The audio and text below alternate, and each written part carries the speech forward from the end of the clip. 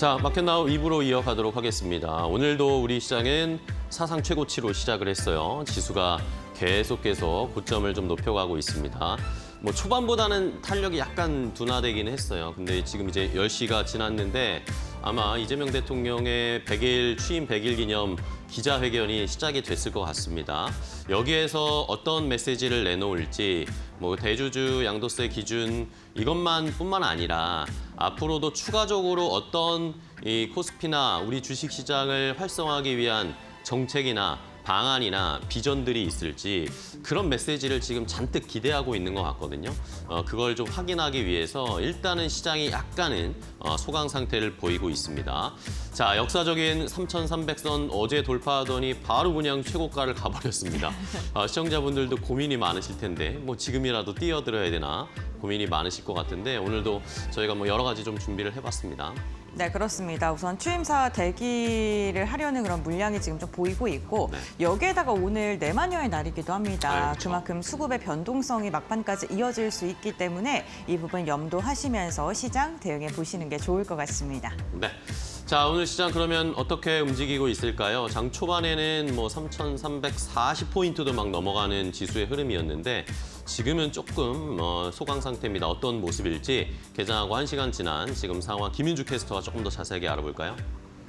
네, 우리 시장 10시 1분 구간을 지나고 있습니다. 오늘 양시장은 상승하며 출발을 했습니다. 코스피 같은 경우에는 어제에 이어 또다시 사상 최고치를 경신해내는 움직임을 보였는데 지금 현재 시간 기준으로는 오름폭을 조금은 줄인 상황입니다. 코스피 업종별 종목별 흐름 조금 더 자세하게 짚어보도록 하겠습니다. 일단 오늘 트레이딩 뷰를 통해서 살펴볼 텐데 오늘 이 반도체 투톱의 흐름이 엇갈리고 있다라는 점 특징적으로 볼 수 있을 것 같습니다. 일단 오늘 삼성전자와 SK하이닉스가 일제히 상승하며 출발을 했었고요. SK하이닉스 같은 경우에는 장중 2%, 3% 가까운 상승세를 보이기도 했는데 현재 시간 기준으로 오름폭을 조금은 줄였고요. 1.48%가량 오르고 있습니다. 삼성전자는 지금 음전이 됐습니다. 0.14%가량 하락하는 움직임 보여지고 있고요. 최근 들어서 SK하이닉스 쪽으로 조금 더 외국인의 수급이 강하게 들어오고 있는 만큼 오늘도 SK하이닉스는 상승이지만 삼성전자는 그렇다 할 움직임을 보여주지는 못하고 있습니다.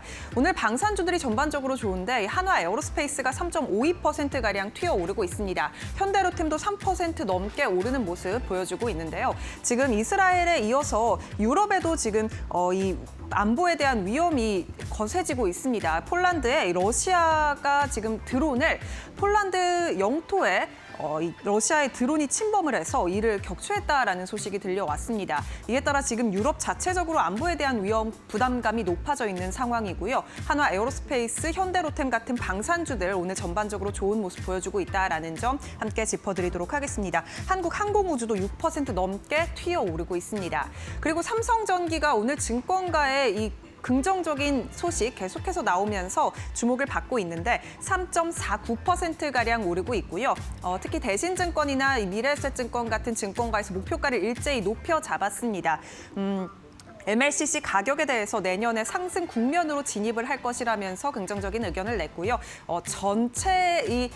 전체적인 이 전 사업부의 업황이 회복 기대된다라는 의견도 함께 제시했다라는 점 말씀드리도록 하겠습니다. 오늘 조선주 단에서는 조금의 쉬어가는 움직임 포착되고 있는데 HD 현대중공업이 0.4%가량 오르고 있고요. 하나오션 0.1%가량 소폭 올라주고 있습니다. 삼성중공업이 다만 오늘 4% 넘게 튀어오르면서 굉장히 강한 모습 보여주고 있는데 이 한국투자증권에서 하나오션과 HD 현대중공업, 삼성중공업에 대해서 모두 다 목표가를 높이는 리포트를 냈는데 그 안에서 삼성중공업에 대해서 이 마스가 수혜에 대한 기대감 앞으로 크게 작용할 것이라면서 최선호주로 제시를 했습니다. 오늘 이에 따라서 오늘 4% 넘게 오르는 모습 보여주고 있고요. LG에너지솔루션도 2% 넘게 오르면서 어제 쉬어갔던 흐름 오늘은 다시 반등에 성공한 모습 보여주고 있습니다.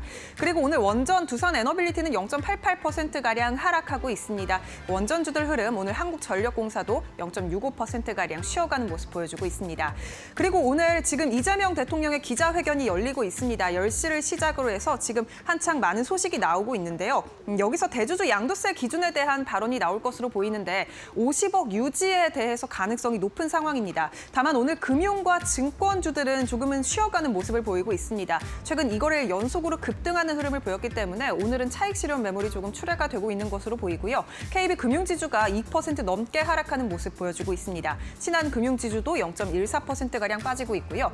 우리금융지주도 1%가량 하락하고 있습니다. 증권주 단에서도 낙폭이 조금 있는데 이 한국투자증권이 1%가량 하락하고 있고요. 미래에셋증권도 1.54%가량 하락입니다. 이 지주사 단 안에서 오늘 SK스퀘어만 상승이고요. 2%가량 상승하고 있습니다.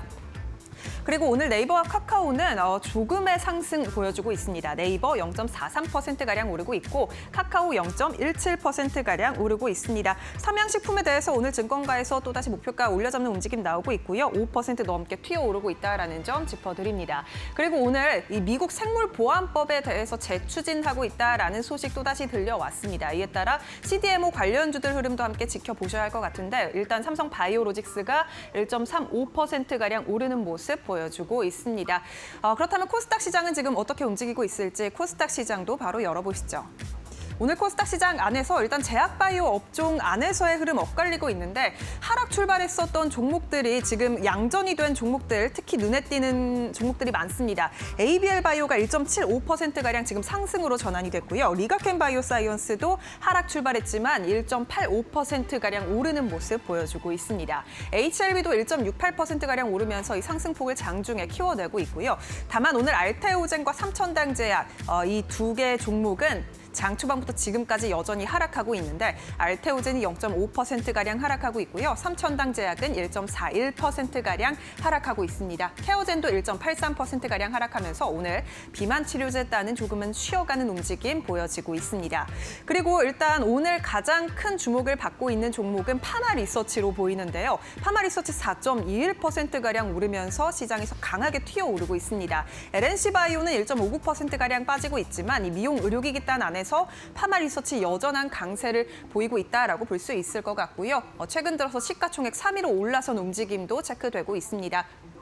그리고 오늘 반도체 소부장단은 조금은 쉬어가는 모습 보여주고 있는데요. 원익 IPS가 3.79%가량 하락하고 있고요. HPSP도 2%가량 하락, 파크시스템스도 2.3%가량 하락입니다.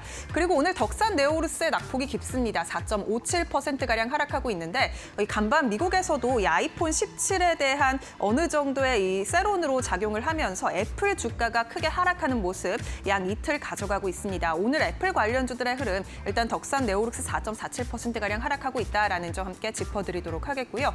2차전지 관련주들 에코프로비엠 0.52%가량 하락이고요. 에코프로도 0.81%가량 하락하고 있습니다. 로봇 관련주들도 오늘은 조금은 쉬어가는 움직임 보여지고 있는데 레인보우 로보틱스가 0.87%가량 빠지고 있습니다. 다만 조선 기자재단은 오늘도 역시나 강합니다. 성광밴드가 3% 넘게 튀어오르고 있는 모습 체크되고 있습니다.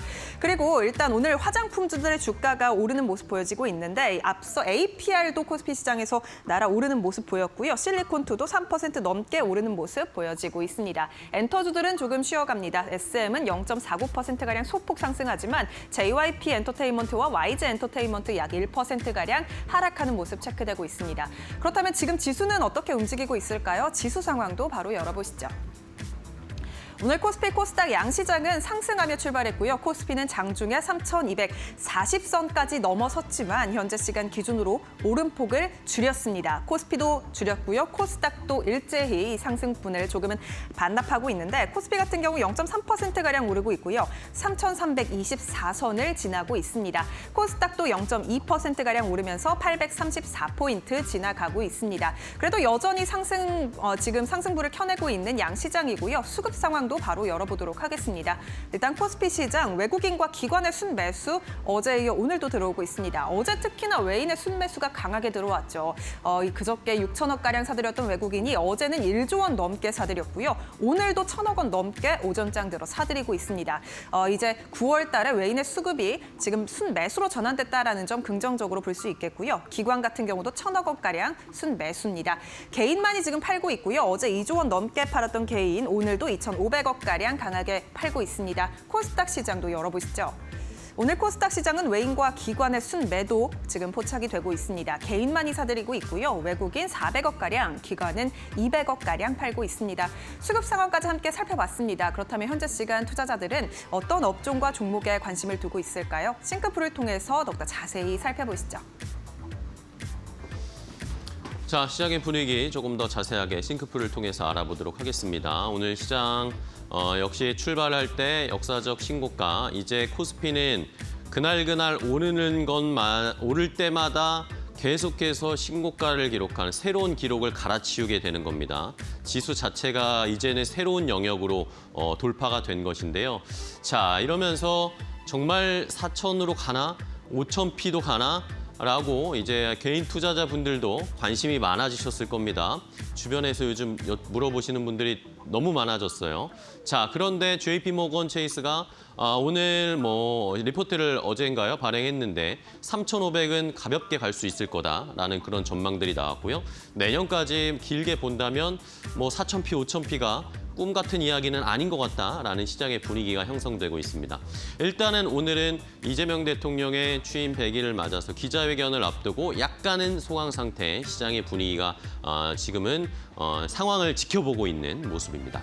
자, 오늘 싱크풀을 보시면 SOFC가 갑자기 또 너무나 크게 관심을 받고 있어요. 수소 연료전지나 아니면은 천연가스 활용한 연료전지 이런 것들이 앞으로 좀 사용이 많이 될 거다. 그리고 간밤에 뉴욕 증시에서 블룸에너지가 주가가 굉장히 좋았습니다. 그러다 보니까 다시 한번 테마성으로 테마일까요? 이제 앞으로 새로운 산업이나 업종으로 자리 잡을 수 있을지 그런 것들을 좀 관심을 가져야 되겠는데, 일단은 SFC가 오늘 가장 크게 관심을 받고 있고요. 이외에도 조선과 조선기자재는 여전히 좋습니다. 조선 관련해서 오늘 삼성중공업 좋은 리포트 나왔다라고 앞서 말씀드렸는데, 이외에도 조선에 대한 평가는 여전히 너무나 좋죠. 좋은 좋은 이슈들도 너무 많고, 에이펙 정상회담 할 때 트럼프 대통령이 울산 현대중공업 조선소에 가야 된다. 이렇게 지금 울산시에서는 그 운동을 하고 있대요. 오, 제발 와달라. 이런 식의 이야기가 나오면서 그런 이벤트들도 이제 먼 미래가 아닙니다. 불과 한두 달 정도 후면 그런 일이 일어날 수도 있습니다. 거기에다가 실적도 잘 나오겠죠? 조선주에 대한 계속 좋은 스탠스는 이어지고 있습니다.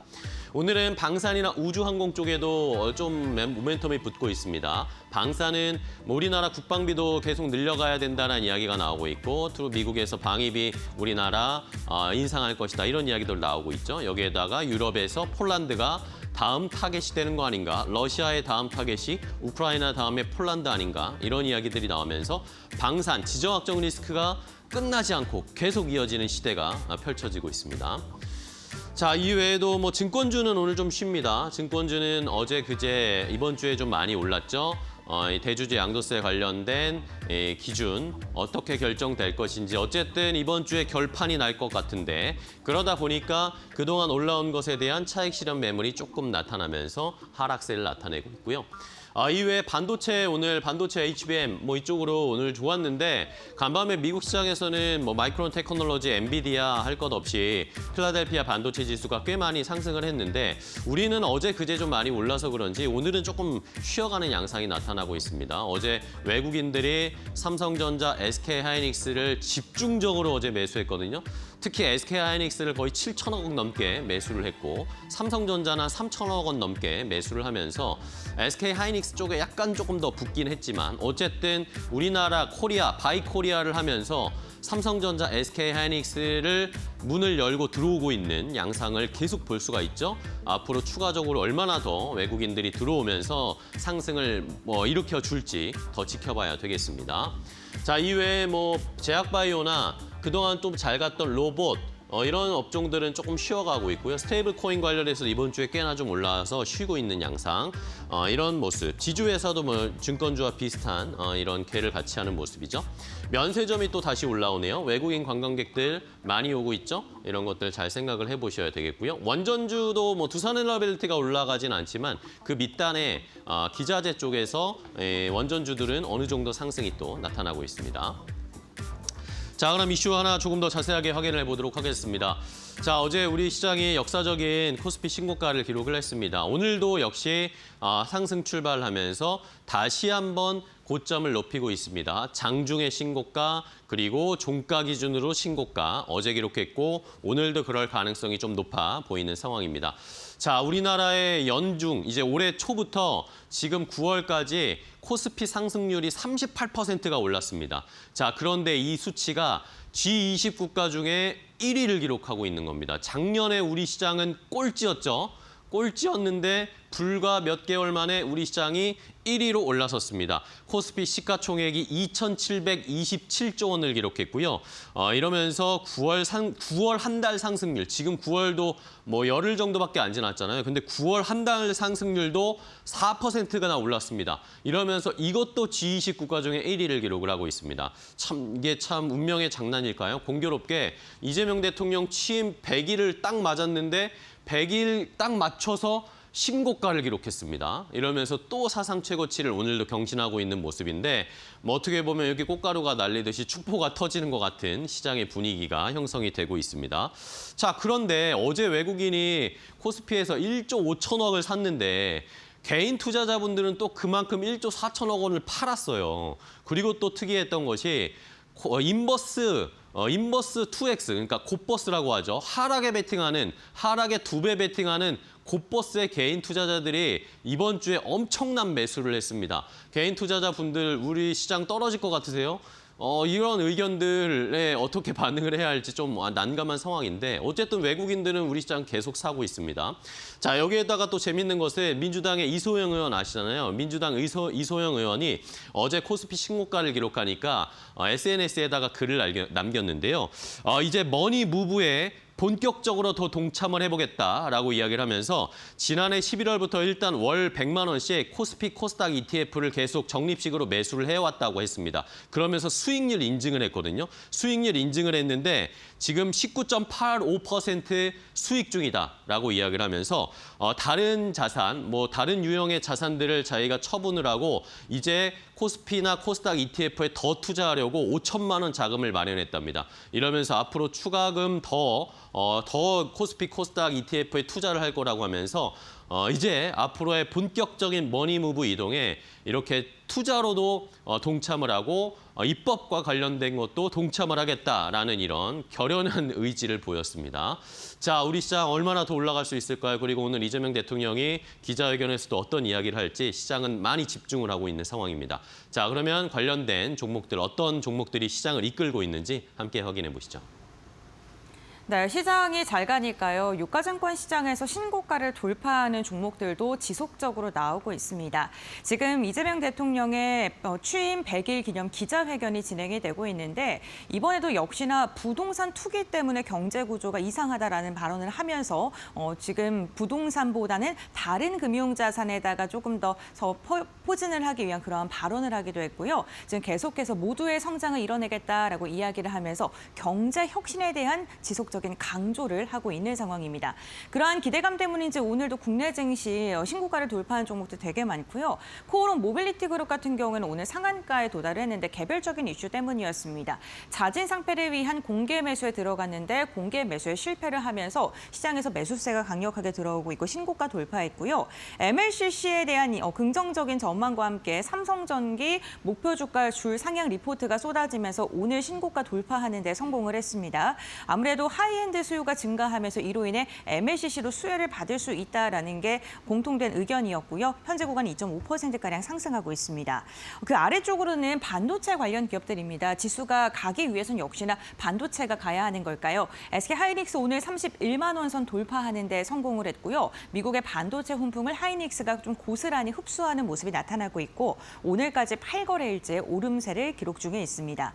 코리아 서키트 같은 경우도 2.6%가량 상승, 이수페타시스도 1.3%가량 현재 구간 오르고 있고요. 개장 직후에 신고가 돌파하면서 기판 CXL과 관련된 기업들까지도 전반적으로 훈풍이 퍼지고 있다는 점도 참고해 보시면 좋을 것 같습니다. 이렇게 신고가 돌파 종목들 살펴봤고요. 다음 이슈 확인해 보시죠. 자, 신고가 돌파하는 종목 많으니까 기분 좋네요. 자, 이번에는 SOFC 수소 쪽을 좀 봐야 되겠습니다. 아까도 초반에 살짝 말씀드렸지만 미국 시장에서 뉴욕 시장에서 블룸에너지라는 종목이 굉장히 큰 상승을 하면서 거래를 마쳤습니다. 오늘 이러면서 우리에게도 훈풍이 비슷하게 불어오고 있는 상황인데요. 이 연료전지 SOFC와 관련해서 앞으로 이게 늘어날 가능성이 높다라고 이야기를 하고 있습니다. 지금 AI 데이터 센터나 전반적인 전력이 굉장히 많이 필요한 상황이잖아요. 근데 이것을 충당하기 위해서 뭐 풍력이나 태양광, 신재생 에너지도 쓰고 원전도 빨리 만들어야 된다 이야기가 나오고 있지만 이런 것들을 해도 지금 모자란 판국입니다. 태양광이나 이런 친환경 에너지는 설치는 빨리 할 수 있지만 그 효율이나 전력량 면에서는 아직 부족한 수준이고 원전을 빨리 만들어야 되는데 원전은 또 만드는데 시간이 걸리잖아요. 원전을 또 만드는데 시간이 걸리니까 그럼 소형 모듈 원전, SMR로 빨리빨리 짓자라고 이야기를 하고 있지만 이것도 결국에는 실제적으로 상용화되기 위해서는 2030년 정도나 돼야 된다라는 그런 이야기들이 많이 나오고 있습니다. 그러면은 이런 것들을 충당하기 위해서는 뭐가 필요하냐라는 고민을 하다가 이제는 발전용 SOFC, 그러니까 6개월 만에, 반년 정도 만에 빠르게 설치할 수 있는 SOFC, 발전용 연료전지가 주목을 받고 있다라는 그런 의견들이 시장에서 형성이 되고 있습니다. 이런 것들을 통해서 수소를 통해서 연료전지를 만드는지 아니면 천연가스를 활용한 연료전지를 만들어서 이걸 데이터 센터의 옆에 지어서 공급을 해서 전력을 공급하는 이런 형태의 앞으로 에너지 정책이 많아질 것이다라는 그런 전문가들 그리고 시장의 판단들이 나오고 있습니다. 이러면서 SOFC 관련된 종목들이 최근에 좀 부각을 많이 받고 있잖아요. 이게 조선이나 잠수함 쪽에 들어갈 수도 있다. 그런 이야기들도 나오고 있고 이번에는 데이터 센터의 발전에 필요한 SOFC가 많아질 것이다. 이런 이야기들이 나오면서 결국에는 AI 시대에 필요한 것들은 그 밑단에 전력, 에너지를 만들어내고 그 에너지를 원활하게 공급할 수 있는 전력 설비, 원전 아니면 이런 식으로 연료전지 그리고 전력 설비 이런 쪽으로도 주가가 계속 갈 수 있다라는 가능성들이 계속 이야기가 나오고 있습니다. 우리 시장에서도 그렇게 가고 있죠. 효성중공업이나 이런 거 주가 지금 계속 올라갑니다. 그런 상황에서 추가적으로 이제는 수소를 활용한 연료전지 아니면 천연가스 활용한 연료전지 관련된 종목들도 앞으로 더 갈 수 있을지 한번 잘 지켜보셔야 되겠습니다. 자, 그럼 오늘 SOFC 관련된 종목들 어떤 것들이 가고 있는지 함께 확인해 보시죠. 네, SOFC 관련된 종목들의 움직임 살펴보겠습니다. 오늘 개장 직후에 가장 강하게 튀어올랐던 종목 중에 하나가 한선 엔지니어링이었습니다. 현재 구간에도 20% 가까운 상승력을 보여주고 있고요. 4거래일째 주가가 오름세를 기록하고 있습니다. 한선 엔지니어링 같은 경우에는 플라밍 모듈과 관련된 기술 개발을 하고 있는데 지금 피팅 밸브 쪽이랑도 연관이 있기 때문에 조선까지 더블 모멘텀이 얹어지면서 오늘 슈팅이 강하게 나오고 있고요. 범한 퓨얼셀 같은 경우에 SOFC를 직접 개발하고 있는 기업이죠. 현재 15%가량 상승하면서 28,550원 선에서 거래가 진행되고 있습니다. 두산 퓨얼셀 같은 경우에도 오늘 두 자릿대 강한 시세가 나오고 있는 상황입니다. 이번 달에 아직 고점을 말하기에는 이르다라는 DS투자증권의 리포트가 나오기도 했었고요. 그때 제시한 목표 주가가 33,000원이었는데 아직은 그 아랫단에서 움직임을 가져가고 있는 상황입니다. 아모센스와 그리고 LTC 같은 경우에도 오늘 견조한 상승세가 이어지면서 52주 신고가를 돌파하는 데 성공하기도 했고요. 현재 구간에도 4에서 7%대 상승력을 보여주면서 SOFC 관련해서 전반적으로 지금 훈풍이 불고 있는 상황이고요. 5일 차트를 보더라도 꾸준하게 상승력을 유지하고 있는 상황입니다. 에너지 관련돼서 지금 최근 큰 주목을 받고 있는데 아무래도 변동성이 크게 나타나는 종목들도 있기 때문에 시가총액의 작은 종목들 같은 경우에는 접근에 조금은 유의를 해주셔야 될 것 같습니다. 이렇게 두 번째 이슈 정리해 보도록 하고요. 다음 이슈 살펴보시죠. 자, 다음은 조방원 중에 오늘은 방산을 한번 또 체크를 해봐야 될 것 같습니다. 조선주야 지금 상황이 너무 좋으니까 추가적인 상승세가 계속 나오고 있는 상황이고 원전은 앞서서 말씀드렸듯이 어쨌든 시간이 걸리는 사업들이기 때문에 약간은 또 요즘 주춤거리고 있는 상황인데 방산도 최근에 조정을 많이 받았잖아요. 러시아 우크라이나 전쟁이 이제 끝날 것 같다. 이런 이야기들 때문에 방산주가 이제 어느 정도 차익 실현 매물이 나왔는데 오늘은 또 다시 이 방산 전반적인 글로벌 지정학적 리스크가 녹록치 않다라는 것들을 확인할 수 있는 이야기들이 많이 나오고 있습니다. 일단은 지난주에 중국의 정승절 행사 보셨잖아요. 거기에서 시진핑, 푸틴, 김정은이 나와서 무기가 앞에 막 지나가는 걸 보면서 흐뭇해하고 있는 그런 모습 보셨을 것이고 그리고 또 어제는 깜짝 뉴스, 놀란 뉴스가 뭐였냐면 폴란드가 러시아의 드론을 격추했다라는 소식이 어제 나왔습니다. 속보로 전해졌는데 폴란드 정부에서 이 러시아 드론이 폴란드 영공을 최근에 한 19차례를 침범한 사례가 있었다. 그렇기 때문에 이 중에서 한 드론 3, 4대를 격추했다라고 이야기가 나왔습니다. 이걸 확인을 했고 또 4번째, 5번째 추가적인 격추도 있을 수 있다. 뭐 그런 식으로 이야기가 나왔더라고요. 벨라루스를 국경을 넘어서 그러니까 러시아 드론이 벨라루스 쪽으로 가서 벨라루스에서 폴란드를 넘어서 왔다 갔다 하는 그런 상황이 발생을 하니까 폴란드에서 이것에 대해서 자국의 안보를 위해서 격추를 시킨 거죠. 자, 이게 왜 중요하냐면요. 폴란드가 우리나라 무기를 왜 많이 사냐 아시죠? 우크라이나 다음 타겟이 러시아가 침공할 수 있는 우크라이나 다음 타겟이 폴란드가 될 수 있다는 그런 이야기들이 많았고 폴란드 자체도 그런 불안감을 가지고 있기 때문에 그러면서 이런 무기를 많이 사서 안보에 신경을 쓰고 있는 게 폴란드라는 국가입니다. 그런데 그런 의미에서 우리나라의 무기를 많이 사고 있는 나라가 폴란드이거든요. 그렇기 때문에 이 러시아의 드론이 폴란드의 국경을 왔다 갔다 한다? 뭔가 심상치 않은 분위기가 또 형성될 수 있잖아요. 이런 걸 봤을 때 지금 지정학적 리스크 자체가 계속 평화적으로 가는 것이 아니라 계속 긴장 상태로 가는 것이 이어질 수 있다라는 겁니다. 자, 그러면 뭐 어떻게 됩니까? 유럽에서 폴란드는 또 나토에 가입되어 있는 나라이기 때문에 이 러시아 드론 격추에 대해서 연대감을 표명했습니다. 폴란드의 편을 들어주고 있고요. 이러면서 앞으로 추가적인 방공망을 강화하겠다. 나토도 도와주겠다. 이런 식의 이야기가 나왔습니다. 나토도 지금 미국이 트럼프 대통령이 자체적으로 너희가 국방비를 늘려라. 자체적인 방공망을 확보해라. 이런 식으로 이야기를 하고 있기 때문에 유럽 자체에도 투자가 많아질 수 있고 여기에다가 추가적으로 폴란드도 추가적인 방산 무기를 더 구입할 수 있는 가능성도 있겠죠. 이런 것들을 보면 우리에게도 연결이 되는 겁니다. 자, 여기에다가 조현 외교장관이 최근에 미국에 갔는데 여기에서 미국 국무장관과도 방위비 확대 이야기를 나눴다라는 것 때문에 오늘 방산주들이 좀 좋은 흐름을 나타내고 있습니다.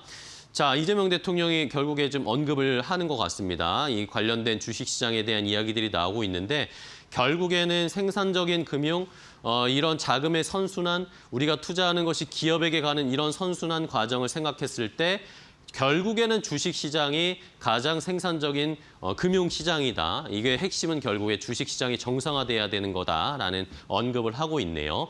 우리 시장도 반응을 좀 보였으면 좋겠습니다. 자, 그러면 마지막으로 좀 방산주들 주가 흐름까지 체크해 보겠습니다. 네, 방산주들 가운데서도 오늘 신고가를 돌파한 기업들이 많았습니다. 먼저 삼양컴텍 오늘 2자릿대 상승력 유지하고 있는데요. 52주 신고가 돌파하는 데 성공을 했고요. RF 머트리얼즈 같은 경우에도 개장 직후에 슈팅이 나오면서 신고가 돌파하는 데 성공을 했습니다. 한국항공우주 같은 경우에는 현재 5에서 6%가량의 견조한 오름세가 나오면서 대형주 단에서는 움직임이 가장 좋은 상황이고요. 10만 원 선 웃도는 모습이 특징적입니다. 하나 에어로스페이스가 7월 달 이후에 이탈됐던 황제주 반열에 다시금 도전을 하고 있습니다. 현재 구간 3% 넘는 상승, 100만 원에서 지속적으로 99만 9천 원대에 왔다 갔다 하는 모습이고요. 현재 구간에도 그 부근에서 움직임을 계속 가져갑니다. 과연 황제주 반열 오늘 종가 기준으로 달성할 수 있을지 체크해 보시는 것도 좋을 것 같습니다.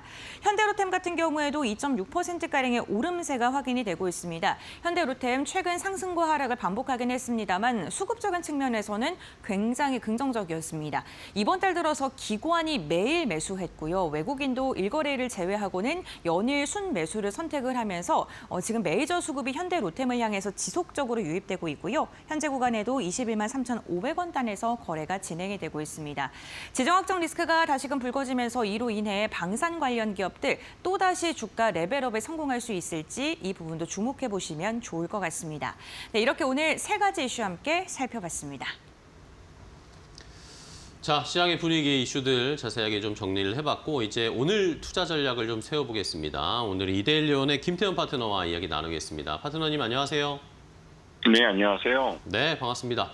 자, 파트너님, 우리 시장 신고가 행진을 펼치고 있습니다. 이럴 때 네. 어떻게 해야 될까요? 개인 투자자분들은 막 매도를 하고 차익 실현을 하는데 이런 때 어떤 포지션을 잡아야 될지 제일 궁금하네요. 네. 이 지금 장세는 확실히 이제 유동성 장세가 만들어질 것을 예고하는 그런 모습을 보이고 있습니다. 어저께 외국인 투자자들이 지수 관련 대형주들을 1조 원 넘게 사들이면서 시장 전반에 걸쳐서 유동성 장세에 대한 기대감이 커졌죠. 이거는 이번 9월 달에 미국 FOMC에서 기준금리 인하를 할 가능성이 높고 또 그에 따라서 우리 한국은행도 기준금리 인하를 할 가능성이 높아졌습니다. 그에 따라서 전체적으로 4분기는 시장 내 유동성이 공급되는 시장이 될 가능성이 큽니다. 여기다가 우리 조선과 방산 이런 쪽 실적이 좋은 종목들은 주가가 더 오를 이유가 생긴 것이죠. 돈의 힘에 의해서 주가가 밀어 올려지는 이 유동성 장세에는 대형주뿐만 아니라 중소형주들도 웬만하면 올라줍니다. 실적이 아주 나쁜 종목들을 제외하고 대부분 실적이 좀 괜찮아지고 적자이더라도 실적이 앞으로 좋아질, 개선될 가능성이 높은 종목들은 이런 장세에서 주가가 오르는 경우가 많죠. 그렇기 때문에 어저께 개인들이 1조 원 넘게 팔아버린 건 너무 좀 성급했다는 생각이 듭니다. 하지만 주식시장이라는 게 이렇게 그 순환매가 돌면서 서로가 그 기관과 외국인이 살 때 개인들이 팔아주고 이래야만 주가가 움직이는 것이겠죠. 그렇기 때문에 지금 시장은 이 금리 인하와 또 실적 이 두 가지 면을 보면서 여기에 해당되는 종목들을 보셔야 되고 특히나 이 성장주라고 부르는 지금 당장은 적자지만 앞으로 흑자를 낼 수 있는 종목들 그런 종목들이 싼 가격에 있기 때문에 이런 종목들을 보셔야 되고 자 마지막으로 오늘은 쿼드러블 위칭데이입니다. 그렇기 때문에 증권주나 금융주들이 아침 개장 초에는 약한 모습을 보였지만 그 이후 서서히 밑에서 올라오는 모습을 볼 수가 있습니다. 하지만 오늘은 급등락을 나오기 때문에 이벤트적인 날이고 내일부터는 금융주들이 또다시 금리 인하의 영향을 받아서 쭉 달릴 가능성이 큽니다. 이런 부분을 잘 보시면서 파란색이 뜰 때는 여러분에게 싸게 살 기회를 준다는 것을 명심하시고 시장을 긍정적인 시각으로 봐주시기 바랍니다.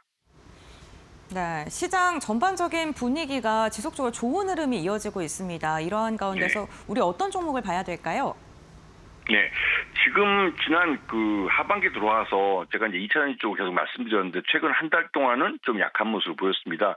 요번에 여러분 보시면 아시겠지만 뭐 한국인 구급 문제나 또 체포 문제 또 비자 문제 이런 것들이 발목을 잡고 있었던데요. 이 문제를 한꺼번에 해결할 수 있는 한미 간의 협상이 나왔습니다. 그러면서 특히 비자 문제가 계속 이슈가 됐었는데 요번에 우리 대기업들이 미국에 진출했던 대기업들이 모든 공사장을 스탑을 하면서 미국 쪽에서 굉장히 당황한 모습을 보였고 비자 문제를 어떤 식으로든 해결해 주겠다고 얘기가 나왔습니다. 이거를 이슈화시킨 건 대단히 잘한 것이고 이걸 통해서 우리 기업들은 미국에 투자할 때 가장 문제가 됐던 우리의 전문가들을 미국에 파견하는 문제를 이 비자 문제 해결로 얘기할 수가 있게 된 것이죠. 여기에 LG 엔솔 같은 회사를 주목해서 보셔야 되는데 이 LF 배터리와 ESS 시장이 성장하면서 전기차 캐짐에서 줄어든 부분을 채워줄 수 있는 그런 기회를 갖고 있습니다. 또 LG에너지솔루션이 최근 들어서 주가가 조정받으면서 가격이 매우 싸졌습니다. 이럴 때를 노려서 싸게 한번 포트폴리오에 담아보시는 것도 미래를 볼 때 굉장히 좋은 싼 가격에 살 수 있는 기회가니까 그렇게 생각해 봅니다. 네, 알겠습니다. 2차전지 계속 좋게 보시는데 저희도 한번 지켜보도록 하겠습니다. 오늘 좋은 전략 주셔서 감사하고요. 다음 시간에 또 뵐게요. 고맙습니다. 네, 감사합니다. 네, 잘 들었습니다. 자, 이렇게 마켓나와 브리핑으로 시장의 분위기 알아봤고요. 지금 기자회견에서 이재명 대통령의 주식시장에 관련된 언급들이 계속 나오고 있습니다. 상법 개정안은 어쨌든 주주를 보호하기 위한 당연한 조치이고 앞으로 더 센 상법, 더 강한 진짜 주주들을 보호하는 그런 법과 정책들을 계속 펼칠 거다라는 의지를 좀 보여주고 있는 상황인데 자, 그렇다면은 이제 시장 진짜 4,000p, 5,000p 갈 수 있을지 어떻게 전략 세워야 할지가 제일 궁금하실 것 같아요. 잠시 후에 이다일리 인사이트에서 더 자세한 내용 전략 알려드리도록 하겠습니다.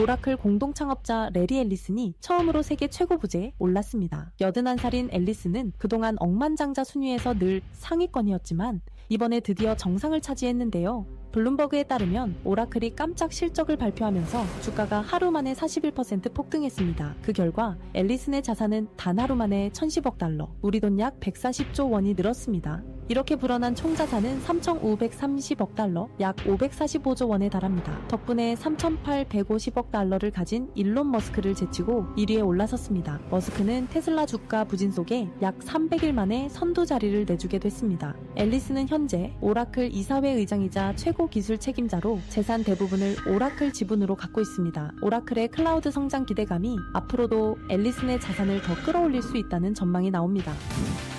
노태우 전 대통령의 장남 노재헌 동아시아 문화재단 이사장이 이재명 정부 첫 주중대사로 내정됐다. 정부는 내정 절차를 마치고 중국의 아그레망을 기다리고 있다. 노 이사장은 한중관계 미래발전위원회 위원장과 동아시아 문화재단 설립 등으로 양국 문화 교류에 힘써왔다. 지난달엔 대통령 특사단 일원으로 중국을 방문해 고위 인사들을 만났다. 중국은 노 전 대통령이 한중 수교를 주도했던 인물이라는 점에서 노 이사장의 임명을 높이 평가하고 있다. 최근 중국 외교 당국자들도 그의 활동에 의미를 부여하며 한중 관계 복원을 기대하고 있다. 노 이사장은 과거 5.18 민주묘지를 찾아 사죄하며 국민 통합 행보를 보여왔다. 이번 인선도 이재명 대통령의 통합 메시지 담긴 결정으로 해석된다.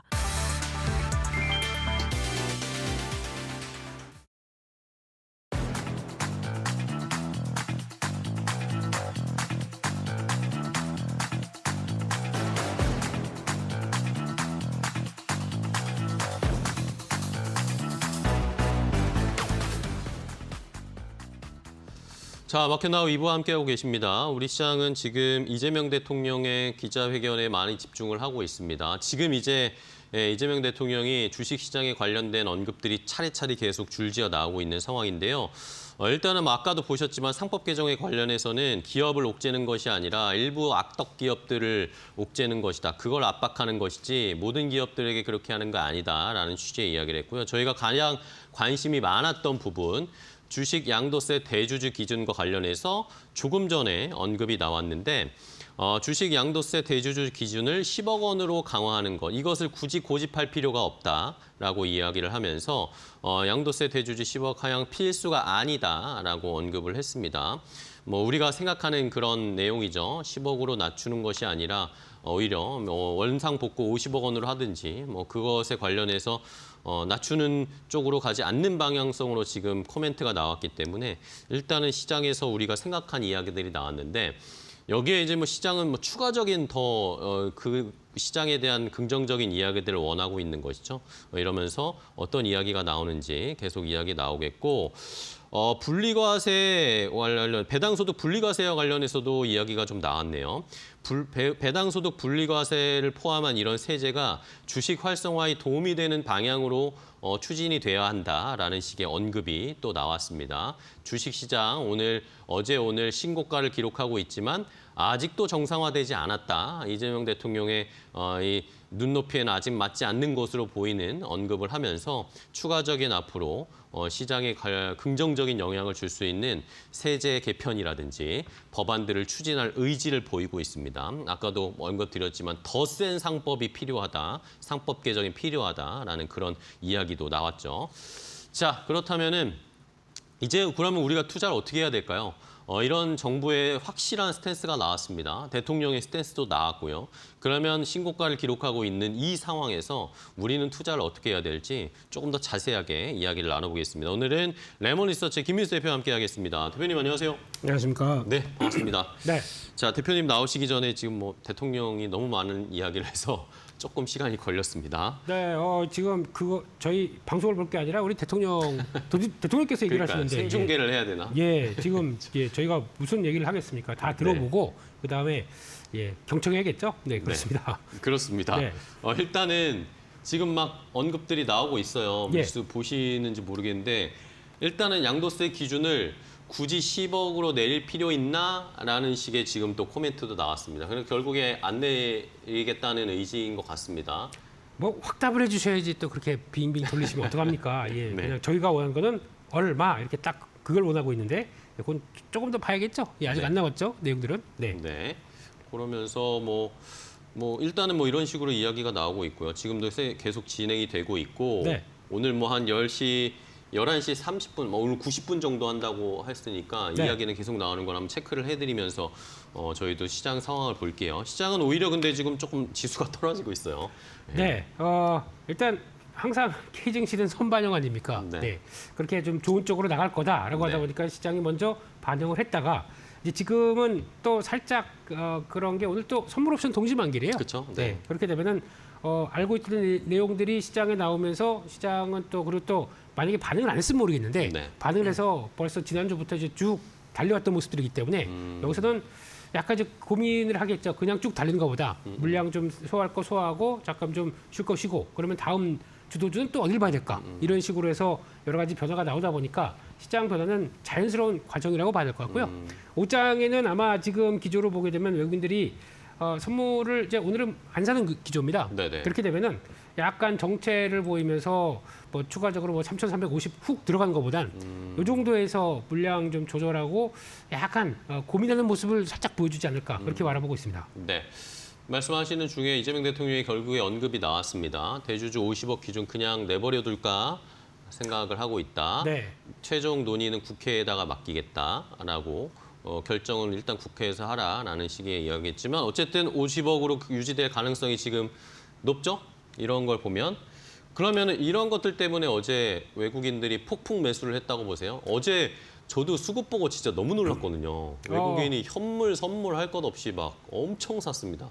왜 그렇습니다. 그렇게 어제 뭐 그제도 샀지만 네. 이번 주에 와서 집중적으로 이렇게 매수를 한 걸까요? 네, 이게 하나만 해당되는 건 아닌 것 같고요. 네네. 다 복합적으로 해당이 됐다고 봐야 되겠죠. 첫 번째는 글로벌 시장에 대한 여러 가지 변화들이 찾아오는 네네. 게 이제 금리 인하 이쪽에 이제 무게를 두고 있는 상황들이죠. 그게 지금 최근에 나왔던 내용들을 보게 되면은 어제 고용은 생각보다 많이 위축돼 있고 거기다가 어제 나왔던 생산자 물가지수 PPI도 낮게 나왔어요. 그죠? 네, 생각했던 것보다 뭐 이렇게 낮게 나옵니까?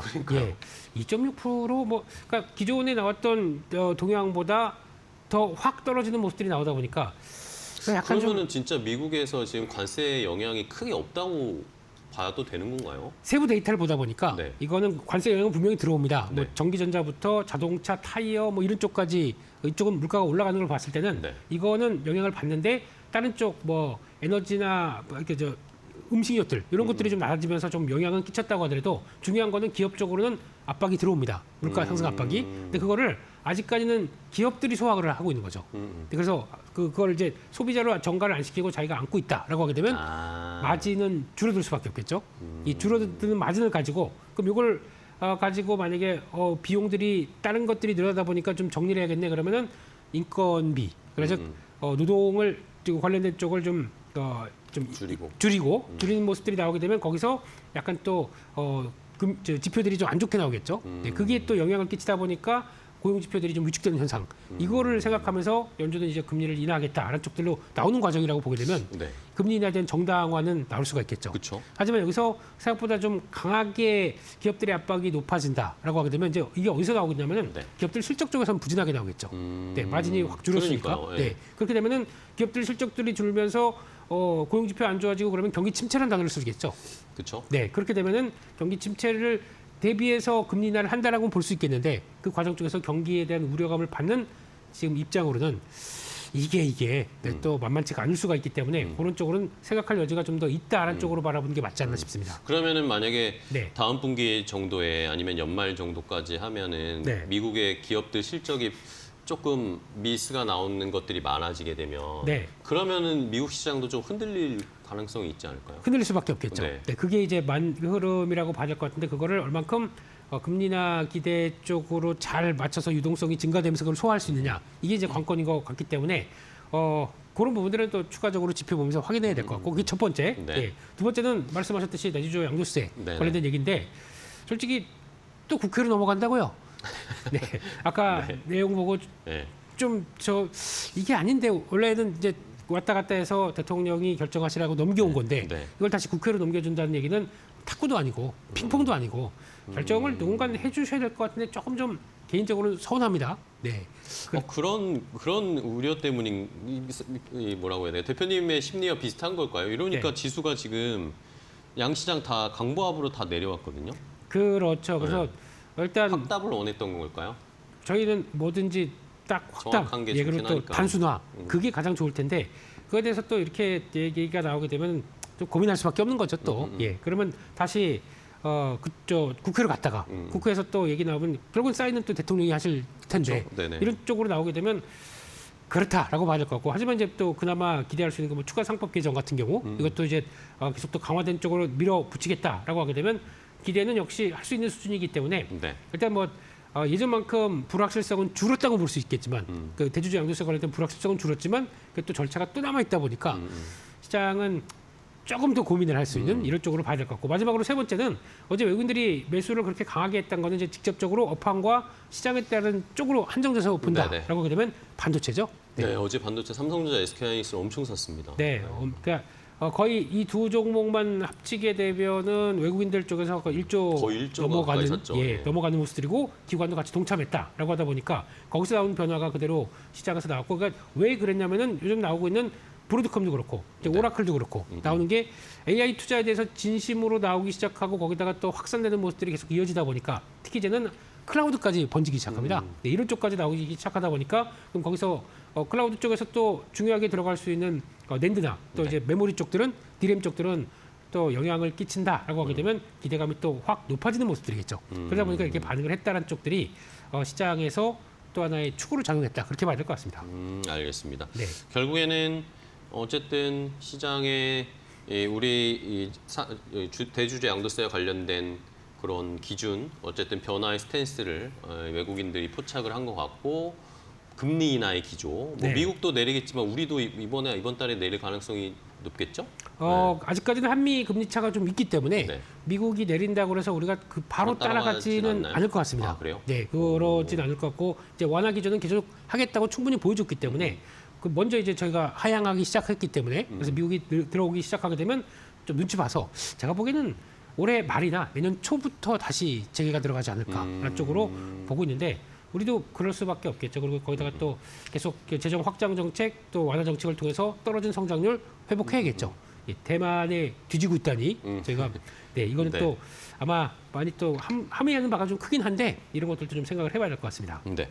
그러면은 결국에는 저희가 투자를 할 어제 시장을 보면 결국에 외국인들도 뭐 그래 뭐 상법 개정이든 대주주 양도세 완화든 이 주식 시장의 친화적인 정책 스탠스가 정부에게 오늘 확인이 됐다라고 판단이 되면 판단이 돼서 들어온 게 결국에 한국 코리아 문 열고 들어오는 게 삼성전자, SK하이닉스였지 않습니까? 그렇죠. 네. 그러면은 우리가 투자를 할 때 네. 지수가 이제 앞으로 점점 올라갈 것으로 보이는데 아 그래요? 네. 예. 그럴 가능성이 있지 않나요? 아, 그죠? 예, 높죠. 네. 예, 네. 예. 그러면은 저희가 이런 뭐 증권주나 아니면은 뭐 자사주 매입 소각과 관련된 그런 지주사나 네. 이런 정책 관련된 수혜주보다 그냥 원래 우리 모멘텀을 펀더멘털이 더 강력한 반도체나 조방원이나 네. 이런 쪽으로 투자를 해야 된다고 보세요? 지금 보는 기조 쪽에서 일단 뭐 정부 정책 관련 쪽 빼고, 그러니까 항상 주식은 성장을 반영하지 않습니까? 네네. 그러니까 지금까지 실적과 성장 보여줬고 그 기조가 여기서 꺾이느냐 아니냐 여전히 이어진다라고 했었을 때 그렇게 갈 수 있는 섹터를 찾는 게 제일 중요하겠죠. 네네. 그러면 지금 나오고 있는 주도 섹터들이 변할 가능성이 일단 없다고 봐야 되겠죠. 여전히 수주 기반으로 이쪽을 계속 어떤 실적을 끌어가는 요인들에서 뭐 큰 변화가 있을 것이냐, 네네. 펀더멘탈의 변화가 있을 것이냐 없다라고 하게 되면 계속 이쪽을 챙기는 게 맞겠다고 봐야 될 것 같습니다. 그런 쪽에서 뭐 정부 정책 수혜와 관련된 쪽으로 본다 그러면 다 아시는 것처럼 예, 지주사, 뭐 증권 이 두 축이겠죠. 근데 증권주는 이제 단적으로 가장 큰 바로미터로 연결되면서 움직였기 때문에 네네. 기대감 때문에 움직였다가 지금 최근 들어서는 좀 단기적으로 좀 올랐어요. 좀 저항권에 들어오기 시작합니다. 대표적인 미래에셋증권 같은 경우. 그쵸. 네, 그럴 때는 살짝 줄여주는 게 맞습니다. 줄여줬다가 네, 지금 흐름 본다고 하더라도 좀 며칠까지 강하게 들어왔다가 좀 약간 차익 매물 나오는 모습들. 네. 이게 뭐 시장의 반응이라고 보게 되면 거기에 또 맞겠다라고 봐야 될 것 같고 거기서 또 아마 상법 개정이 또 3차로 들어갔을 때 가장 핵심적인 게 그거죠. 뭐 배당세제에 관련된 쪽들 또 추가 개정을 하겠지만 그쵸. 자사주 비중 높은 쪽들, 자사주 매입한 거를 의무 소각으로 한다라고 하게 되면 자사주 비중이 많은 회사 같은 경우는 거기서 또 어떻게 보면 이제 소각을 통해서 또 다른 변화가 나올 수 있다 그러면 기대감이 좀 높아지겠죠. 네. 이것도 하나 정책 수혜주 쪽으로 보는 게 맞겠다라고 봐야 될 것 같고요. 게다가 또 말씀하셨던 이제 기존 주도 섹터, 예, 조, 방, 원, 전, 네, 이쪽들은 뭐 큰 변화 없을 것 같습니다. 밀리면 사봐야 되는데. 근데 조선 쪽은 안 밀리고 계속 가네요. 그러니까요. 기자재까지 이제 동참하기 시작합니다. 그러다 보니까 아 그렇구나 라는 쪽으로 바라보긴 하겠지만 근데 이런 쪽에서도 단기간에 또 올라간다고 해서 또 추격 매수하기는 좀 그렇습니다. 네. 또 기다리게 되면 다시 좀 주춤한 자리까지 들어올 거거든요. 근데 그것까지 한번 본다라고 하게 되면 거기까지 봐야 될 것 같고 그밖에 요즘 또 로봇 쪽도 네, 또 그러니까요. 동참하는 분위기죠. 네네. 정책적인 부분들, 그러니까 뭐 노란목투법을 떠나서 그것도 어떤 인력을 좀 대체할 만한 여러 가지 변화들은 앞으로 나올 수밖에 없는 또 대세이기 때문에 네. 거기서 나오는 로봇까지도 한 번쯤 또 주도적인 흐름들을 맞춰갈 수 있겠다는 쪽들을 보면서 들어가는데 지금은 이제 반도체에 대한 기대감이 또 확 커졌죠. 네네. 네, 그러면 반도체 기대감 커지게 되면 당연히 AI와 함께 연결되는 또 하나의 우리도 수혜를 받는 게 있다라는 쪽으로 보게 되면 이쪽은 또 직접적인 지수와 관련된 종목들입니다. 네네. 삼성전자, SK하이닉스 그렇기 때문에 거기서 연결되기 시작하게 되면 이것도 지수에 미치는 여파도 크기 때문에 그래서 지수가 올라가는 게 더 크다고 생각을 하고 있습니다. 그거랑 연결시켜서 봐야겠죠. 네. 자, 그러면은 결국에는 길게 우리가 끌고 갈 수 있는 것들은 지금 시장을 주도하고 있는 업종들, 조방원이나 반도체나 로봇도 추가를 해주셨네요. 네. 로봇도 앞으로 추세적으로 계속 갈 수 있을 거라고 보시나 봐요. 네, 이제 이거는 이제 처음에는 기대감이고요. 그러면 그거에 따라서 그러니까 노란봉투법에 따라서 지금 한 6개월 정도 네네. 예, 지금 유예 기간들이 있다 보니까 거기서 네. 그러면 우리는 준비해야겠다라는 쪽에서 로봇이 뭐 산업 자동화부터 로봇까지 이를 또 계속 기업들이 투자를 확대하는 모습들이 나온다. 그러면은 당연히 해당되는 기업들은 실적이 변화가 들어올 거고요. 그걸 바라보면서 이제 기대감이 실적으로 연결되는 과정까지 나온다 그러면 거기서부터는 또 시장에서는 관심이 높아지겠죠. 그런 것까지 보자라고 봐야 될 것 같습니다. 알겠습니다. 네. 로봇을 새로 넣어주시는 것도 포인트네요. 오늘 지금 뭐 조방원 반도체야 우리가 너무나 잘 알고 있던 분야인데 네. 그 전에는 이제 로봇주가 어떻게 보면은 추세를 계속 이어가지 못해서 좀 아쉬웠잖아요. 네. 이슈가 있으면 반짝 올라갔다가 떨어지고 이런 것들이 좀 아쉬웠는데 앞으로 계속 좀 추세 이어갈지도 저희 지켜보도록 하겠고 네.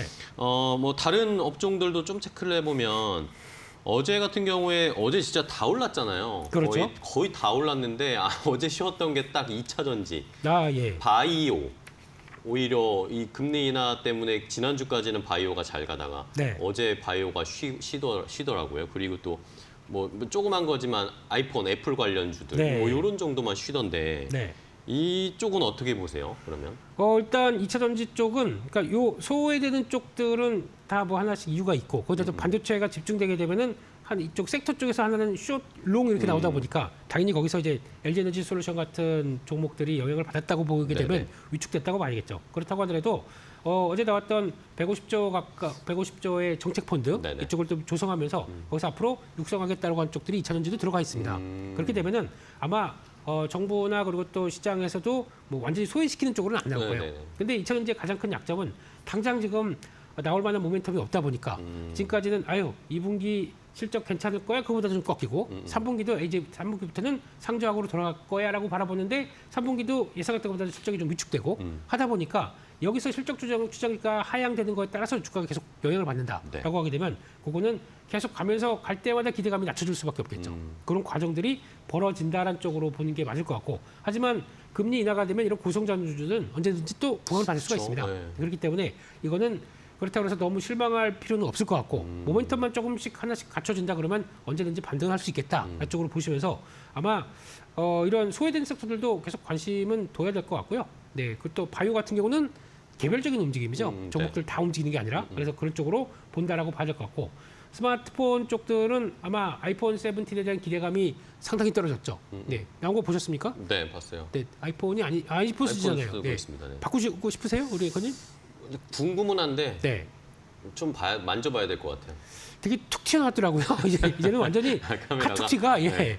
완전 뒤 정면에서 이렇게 기울어질 것 같아요. 잘못하게 되면. 네. 네, 그런 쪽으로 나오다 보니까 실망감 제일 중요한 거는 지금 나오고 있네요. 예. 네네. 가장 중요한 게 그거 같습니다. 그 AI 에이전트 쪽까지 이번에 탑재가 되겠다라고 한 기대감들이 어떻게든 애플이 AI를 풀어내서 폰에 탑재하지 않겠느냐. 네. 요게 약합니다. 그러니까 네, 그게 그러다 보니까 없더라고요. 실망감이 더 크다고 봐야 될 것 같고 그러면 누군가 또 연계해서 뭔가를 보여줄 텐데 그게 아직까지는 나오지 못한다라고 하다 보니까 또 이제 그러면 팔리는 게 좀 그러지 않을까라는 쪽들이 좀 이어지다 보니까 좀 위축된다고 봐야겠죠. 단기적으로는 약간 모멘텀은 이런 섹터라고는 보여지는데 네. 하지만 그래도 불구하고 그 어차피 또 판매량과 기대감은 또 다를 수가 있기 때문에 그렇죠. 또 보긴 봐야 될 것 같습니다. 그렇죠. 판매가 어떻게 되는지는 좀 봐야 되고 뭐 일각에서는 애플 아이폰도 이번에 그래도 뭐 오히려 뭐 보급형에다가 기능을 몰빵해줘서 그걸 또 살 수도 있다. 뭐 그런 의견들도 좀 있긴 하더라고요. 추이는 지켜볼게요. 네, 이거 말고 또 18이죠. 네. 다음 가게 다음에 되면 폴더블 나온다. 폴더블 예. 기대할 거니까. 거기를 더 신경을 써야죠. 네. 네. 오케이, 좋습니다. 그러면은 이제 전반적인 큰 투자 전략을 우리가 세워야 되는데 그러면 삼전 SK 하이닉스를 저희가 이제 둘 다 들고 가야 되는 시대가 온 겁니까? 어떻게 보세요? 지금까지는 개인적으로 하이닉스만 주구장창. 그러니까요. 예, 이번 사이클은 하이닉스다라는 쪽만 계속 말씀드렸는데 하이닉스 뭐 이제 손해 보신 분 없을 거 아니에요 지금요. 그렇죠. 심각한데. 네, 그러시게 되면은 제가 드리고 싶은 솔루션은 네. 하이닉스를 30%뚝 잘라다가 스위치로 삼성전자로 하고? 그걸 같이 들어가서 병행해 가서 가는 게 맞겠다. 그렇게 보고 이제 있습니다. 같이. 네, 아니면은 뭐 입맛에 맞게 뭐 수익이 나는데 좀 더 팔지 뭐 그래서 6대 4나. 근데 제가 보기엔 하이닉스가 조금 더 우위하는 게 좋을 것 같고요. 네, 5대 6까지보다는 6대 4, 7대 3 정도까지 해서 삼성전자도 같이 병행해서 가져가자라는 게 좋을 것 같고 왜 그러냐면은 이번에 다음 그 추론을 담당할 엔비디아 쪽에서 네네. 루빈 시리즈가 루빈 CXP가 이제 조금 바뀔 것 같습니다. 어떻게요? 그동안은 HBM을 쓴다고는 알려져 있었는데 네네. 그게 아니라 GDDR7을 쓰면서 가격을 낮추는 쪽으로 들어갈 것 같아요. 네, 그래서 물론 발열 쪽이나 이제 메모리 쪽에서의 반응 같은 경우는 네네. 아직까지 HBM이 우위한 건 사실입니다. 근데 그거를 약간 포기하고 GDDR7으로 간다는 얘기는 루빈 그 패키징을 하는 과정 쪽에서 약간 좀 가격을 낮추려고 하는 의도가 높지 않을까 개인적으로 그렇게 생각하고 있기 때문에 그렇게 간다라고 하게 되면 DDR7의 강자는 그래도 아직까지는 삼성전자이기 때문에 삼성전자에 대한 기대감이 조금 더 올라올 수 있겠다라고 하게 되면 아마 병행해서 가는 게 조금 더 나을 것 같다. 그리고 또 삼성전자가 지금 파운드리 쪽에서 열일을 하고 있는 모습들이 보여주고 있기 그쵸, 때문에 네네. 거기서 성과만 난다 그러면 이거는 하이닉스가 커버할 수 없는 국면이지 않습니까? 그러니까 같은 메모리 반도체 쪽으로 본다고 하더라도 파운드리라는 또 시스템 반도체 쪽의 성과를 살짝 내기 시작하게 되면 그때는 또 삼성전자에 대한 기대감이 높아질 수가 있기 때문에 아니면은 차라리 파운드리와 관련된 쪽에 소부장 쪽들도 같이 겹하면서 가는 것도 또 하나의 좋은 전략이라고 생각했죠. 그래서 반도체는 내가 계좌에 요만큼 가져갈 거야 라는 쪽에서 그 비중을 지금까지 뭐 하이닉스랑 가져갔던 거를 약간 다변화시키는 전략적으로 포인트를 맞추는 게 좋겠다. 그렇게 바라보고 있습니다. 좀 분산시켜야 된다라는 네. 그런 의견이신데 결국에 그러면은 삼성전자는 SK 하이닉스는 이제 신고가 플레이를 할 것이냐, 네. 그렇죠? 네. 고가 플레이 거기 올라타서 고가 플레이를 할 것이냐, 아니면은 삼성전자 같은 경우에는 정고점까지 그래도 채워줄 거라는 기대로 정고점까지는 올라올 거다라 고수익을 노리느냐, 그 차이인 것 같습니다. 네. 그럼 말씀해주신 것처럼 소부장 쪽은 그래도 아직 뭐 최근에 많이 올라오긴 했지만 그래도 아직까지도 덜 올라온 것들 좀 있지 않아요? 많죠. 네. 많은데 이제 여기서부터는 구분을 소부장 잘 쪽 골라야 되는데 여기서는 그죠? 소부장하게 되면 이게 이만큼 쫙 나와요.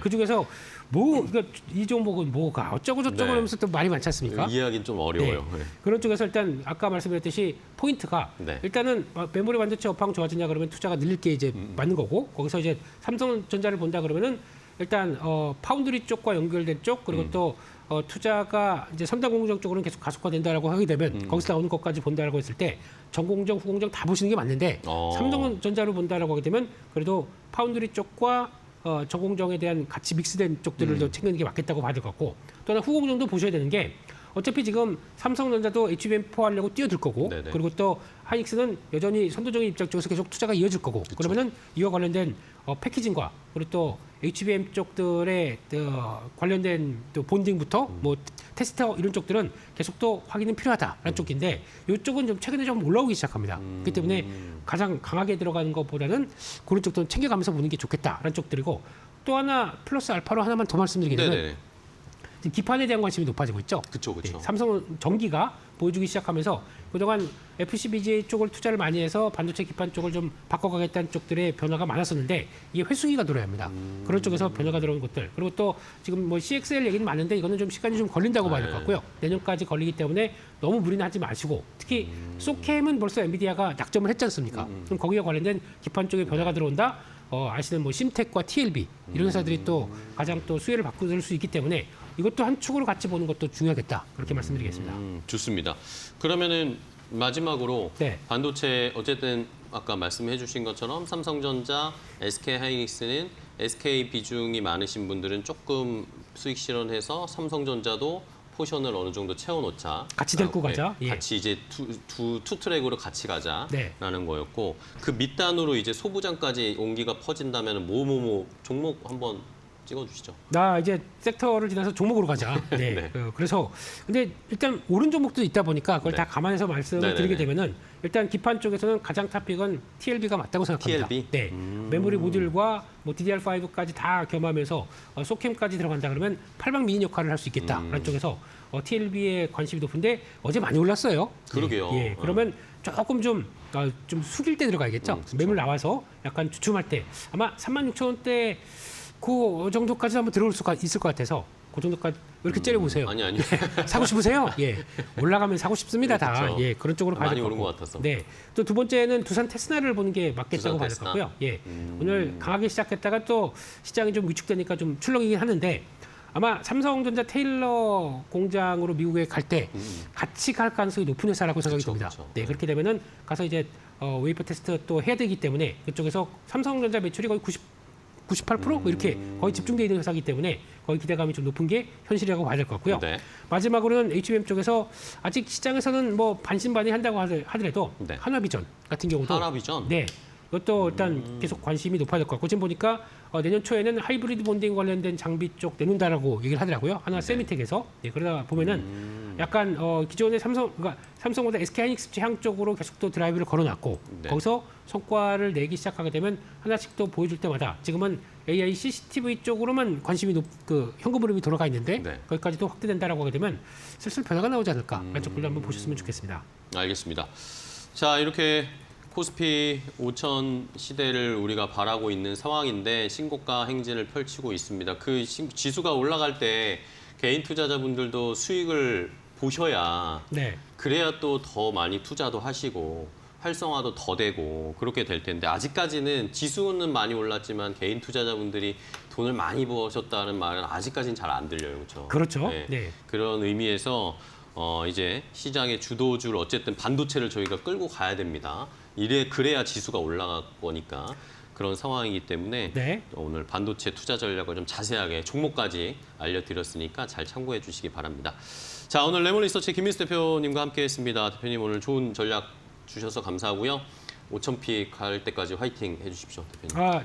예, 5천 이제 외치면서 나올 수 있을 정도까지 예, 네. 그렇게 갔으면 좋겠습니다. 네, 예. 오늘 고생 많으셨습니다. 고맙습니다. 네, 감사합니다. 네.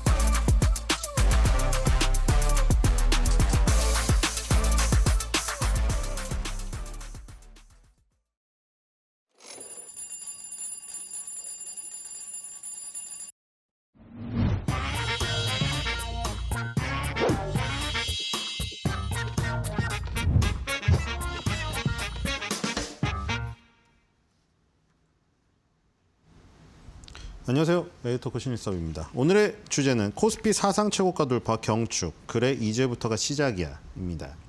자, 코스피가 사상 최고치를 돌파했습니다. 지금 장중에는 또 3,344.70까지 올랐네요. 거의 3,400에 가까운 지수인데, 자, 계속 말씀드린 대로 이제 결과가 나오기 시작하네요. 그렇죠?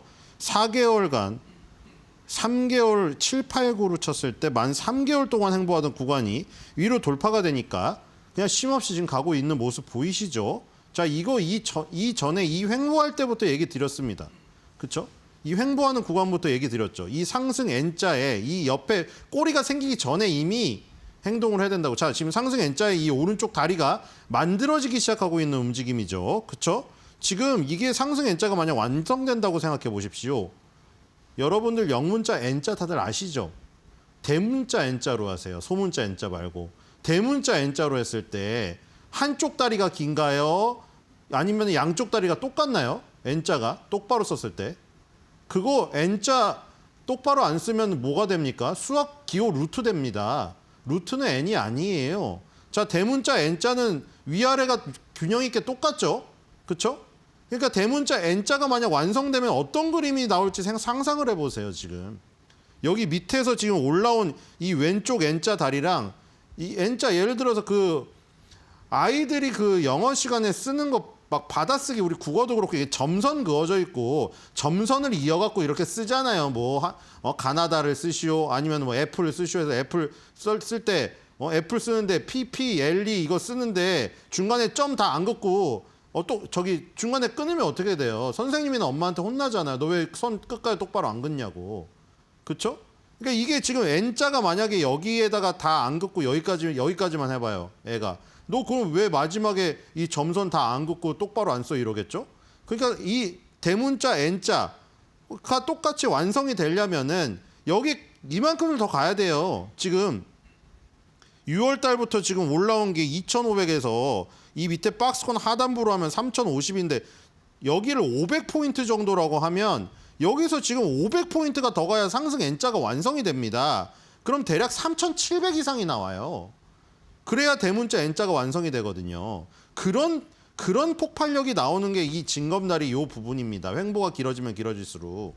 그러니까 지금 상승 N자가 완성이 되어가는 구간의 초입에 들어섰다.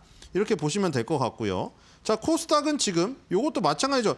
이게 코스피보다 변동성이 심하잖아요. 그래서 위아래 폭이 커서 얘는 징검다리가 일자로 안 보이고 이렇게 오르락 내리락 심전도 같이 보이죠. 이거를 크게 눌러가지고 징검다리라고 치면 얘도 지금 만 4개월 동안 횡보한 거예요. 그렇죠? 여기 밑에서 올라온 폭만큼 이 코스닥은 사실 지금 밑에서 올라온 폭이 적죠. 그렇죠? 요만큼 올라와가지고 대략적으로 720에서 780, 60포인트 올라왔어요. 그래서 여기서 60포인트 가면 880 정도인데 지금 코스피에 비해서 변동폭이 크다 보니까 이 지금 이 라인을 횡보로 잡기가 어려워 보이죠. 근데 이것도 다리미로 납작하게 이 호떡처럼 눌러서 생각을 하시란 말이에요. 그래서 여기도 이제 박스권 상단을 돌파해서 이 밑에 하단부에 있는 상승 N자 요 밑에 다리랑 위에 다리가 비슷하게 나오게 진행이 될 가능성이 크다.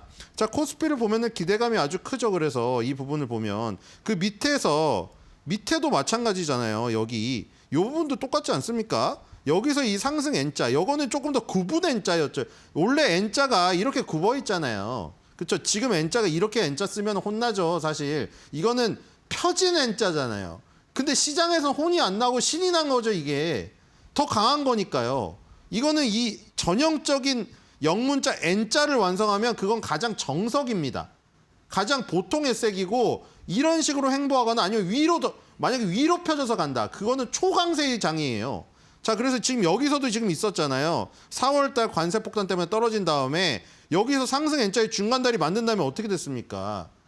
이렇게 N자가 완성이 됐잖아요. 그렇죠? 그다음에 이거 또 지금 커다란 N자의 지금 과정이거든요. 그러니까 제가 이 3, 4개월 동안의 지루함을 기다려 볼 만하다고 얘기를 드린 겁니다. 자, 지금 그 상승 N자의 오른쪽 다리를 완성하러 가는 흐름입니다. 지금 그러니까 거기 동참을 해야겠죠. 자, 어저께 결국 1,500억 가까이로 끝났네요. 1조 5천억, 1,500억이 아니라. 그러니까 지금 후반장에도 11시에 움직임을 수급의 어떤 속도가 끊이지 않고 계속됐다는 얘기잖아요. 그렇죠? 어제 7천억 가량 사고 있었지 않나요? 제가 방송할 때 7천억 가량 사고 있었죠. 근데 거기에서 속도를 안 늦추고 그대로 갔네요. 그래서 1조 5천억을 샀습니다. 오늘 670억으로 이제 수량은 오늘 1,000억이 안 되긴 하지만 계속 속도를 지금 유지하고 있습니다. 자, 이 관성의 법칙으로 계속 가는 거죠. 흐름이. 시속 150km를 밟다가 이제 지금 악셀에서 발을 좀 뗐습니다. 하지만 워낙에 지금 빠르게 달리고 있기 때문에 악셀에서 발을 떼도 계속 가는 거죠, 지금. 방향성이 유지되고 있는 상황이고요. 자, 이 지금 오늘 670억 사기 전에 3일 동안 지금 거의 2조 5천억 원어치 외국인이 지금 순매수 땡기고 있습니다, 지금. 그러니까 저렇게 강력한 박스권 상단 돌파가 나오는 겁니다. 박스권 돌파할 때 강한 에너지 나온다고 분명히 얘기하지 않습니까? 그 강한 에너지가 나오는 원리도 계속 얘기 드렸잖아요, 그거. 그렇죠? 거기서 이제 급하신 분들이나 차익 실현하는 사람들이 던지는 물량을 싹 다 먹고 올려야 되기 때문에 파워가 세게 나오지 않으면 못 뚫는다고 했잖아요. 그러니까 세게 나오는 거예요. 외국인 수급이 들어오면서. 자, 9월 10일 날 1,000억 원 샀네요. 이것도 코스닥도. 오늘 근데 800억을 다시 팔아버리는 수급이 조금 안 좋긴 합니다만 어저께 되게 반전으로 끝났네요. 그렇죠? 코스닥이 어제 마이너스였던 것 같은데 이 시간에 순매도였던 것 같은데요. 순매수 1,000억으로 끝났어요. 자, 거래소 상위 보겠습니다. 자, 오늘 눈에 띄는 건 이제 한화 에어로스페이스. 제가 이게 분명히 얘기 드리지 않습니까? 3,300 돌파해서 역사상 최고가 가면은 뭐가 움직인다고 했어요, 결국에 다시 방산 한화에어로스페이스가 100만 원 돌파 시도한다고 했는데 지금 정확히 100만 원이네요. 99만 9천 원, 100만 원 왔다 갔다 하고 있습니다. 결국 상징적인 100만 원 돌파가 다시 진행이 됩니다. 여기서 순위를 더 올리긴 힘들어요. 삼성바이오로직스랑 한화에어로스페이스의 격차는 시가총액 격차가 크기 때문이죠. 한화에어로스페이스가 갈 수 있는 최선의 자리는 5위라고 말씀드렸죠. 지금 삼성전자 우선주랑 지금 한화에어로스페이스가 자리를 바꾼 뒤에 격차가 지금 점점 벌어지고 있습니다. 자, 지금 한화에어로스페이스 조방원 하지만 순서대로 하면은 방조원이라고 했죠. 방산이 제일 높은 위치에 있습니다. 그러니까 한화에어로스페이스 방산이 3,300 이상 시대에서도 주력임을 여기서 지금 증명을 하고 있는 거예요. 그리고 HD 현대중업 0.20으로 살짝 플러스고요. 방조원 중에 가장 지금 순위가 떨어지는 두산에너빌리티. 사실 원자력 같은 경우에는 이번 정권에서 기대를 하지 않았었잖아요. 뒤늦게 불이 붙었기 때문에 지금 여기까지 온 것만 해도 지금 10위 거의 근처에 와 있죠. 11위죠. 이것만 해도 대단한 겁니다. 자, 한화에어로스페이스, HD 현대중업. 사실 이게 가장 중심 아닙니까? 지금 러시아 우크라이나 전쟁은 뭐 잦아들 기미가 안 보이고 오히려 폴란드로 확전될 기미가 보이면서 폴란드가 또 발등에 불이 떨어졌죠. 그다음에 조선 같은 경우에는 마스가로 완전히 엮여있기 때문에 굉장히 중요한 부분입니다. 그리고 조선이 또 방산하고 연결돼요. 군함으로 연결됐기 때문에. 그리고 결국에는 이제 방조를 절대 방조하지 말라. 이런 교훈이 지금 있겠네요. 자, 코스닥을 보겠습니다. 오늘 코스닥은 수급이 약하기 때문에 마이너스가 많은데 4위의 파마리서치가 지금 굉장히 눈에 띄네요. 아까 전에 펩트론을 제치고 3위까지 올라갔었거든요.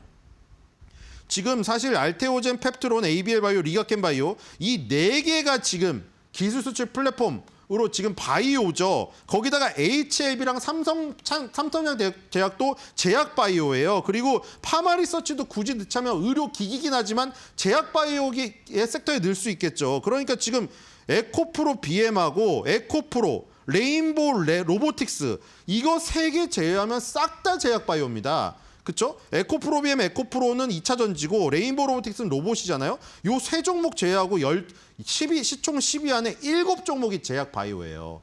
그러니까 지금 코스닥은 제바판이다. 이거 제약 바이오의 어떤 움직임에 따라서 다 좌지우지 된다고 보시면 될 것 같습니다. 그중에서 오늘 파마리서치가 굉장히 분전을 하고 있고요. 파마리서치도 한화에어로스페이스처럼 70만 원 돌파를 다시 시도할 가능성이 크죠. 한화에어로스페이스랑 파마리서치의 유일한 약점은 이격이 엄청나게 벌어진. 그러니까 고양이가 실타래를 싹 다 풀어놨어요.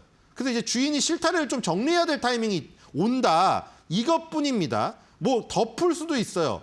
이게 막 신고가를 가면은 미친 듯이 고양이가 미쳐가지고 고양이가 완전히 몰핀 주사를 맞아버린 거예요. 그래서 주인이 말려도 듣질 않고 온 집안을 실타래로 다 풀어놓을 가능성도 있습니다. 그게 이제 초강세장에서 거품이 일어나는 현상이고요. 어느 정도까지 거품이 붙을지는 지켜봐야 될 것 같습니다. 상승률 상위 섹터입니다. 자, 오늘도 또 마찬가지죠. 지금 HD 현대중업 0.20으로 살짝 강보합인데 밑에는 난리가 났다니까요, 지금.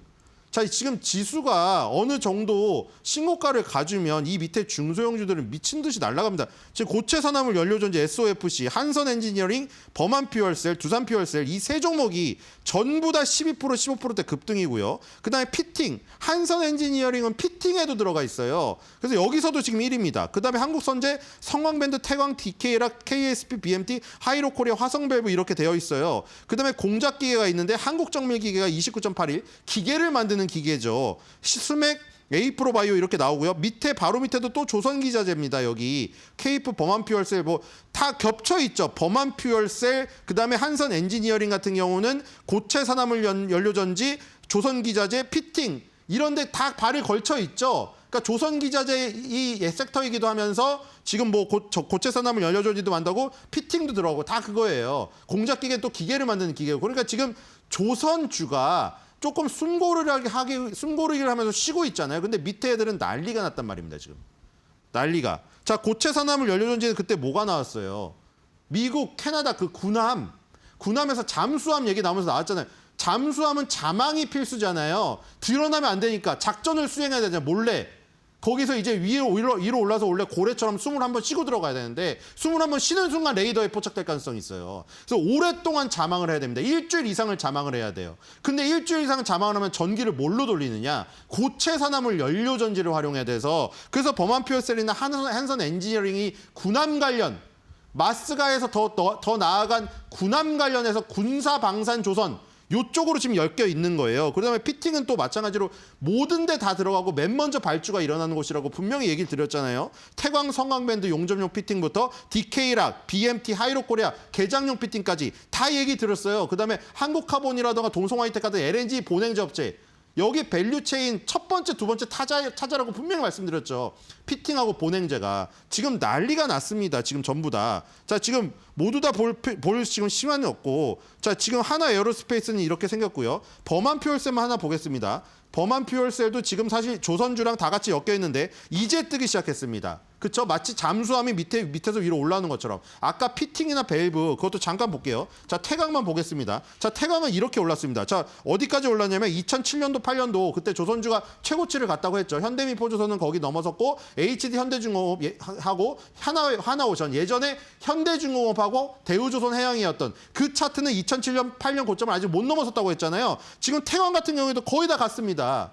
그러니까 지금 역사적인 고점을 돌파하는 코스피에 이 발을 맞추어서 조선주도 20여 년 전에 고점을 돌파하거나 돌파 시도를 하고 있다는 것이죠. 근데 이제 후발주로 떨어지는 것들이 이런 범한퓨얼셀 같은 종목이죠. 지금 갑자기 부각된 상선에 관련된 게 아니라 군함에 관련된 이런 것들이죠. 그러니까 지금 아직도 있다는 거예요. 아직도. 낙수 효과로 돌아올 것들이 아직도 남아있다는 겁니다. 자, 예를 들어서 지금 태광 성광밴드가 먼저 갔고 개장용 피팅은 나중에 간다고 말씀을 드렸잖아요. 하이로코리아 같은 거를 한번 보세요. 자, 하이로코리아는 이렇게 되어 있습니다. 자, 연봉을 볼까요? 이것도 마찬가지죠. 지금 2007년도, 이건 2015년도네요. 하이로코리아는 그 뒤로도 상승을 했었거든요. 이것도 2015년 역사적 고점을 지금 이번 연도에 고점을 뚫어놓고 지금 살짝 종가는 내려와 있습니다. 그러니까 지금 조선이나 조선기자재 흐름을 보시면 어때요?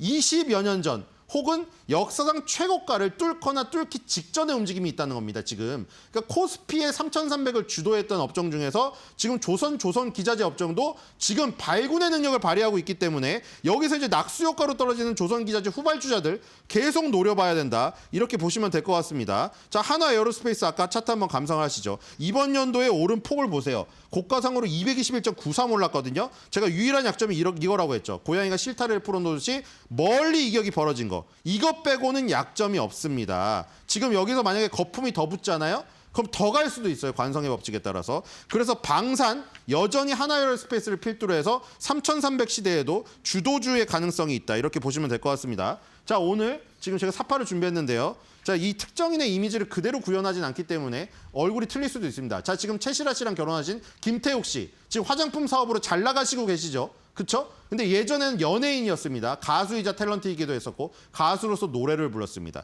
저분이 부른 노래 중에서 오늘 빗대어서 부를 노래가 생각이 나서 만들어봤습니다. 자, 지금 3,300이 상승 N자의 오른쪽 다리를 만드는 시작이라면 3,300이 끝이 아니라 시작점일 가능성이 있습니다. 자, 그래서 그걸 바라기도 하고 예측하기도 하면서 노래로 끝내겠습니다. 그래 이제부터가 시작이야. 모든 종목 다 오를 거야.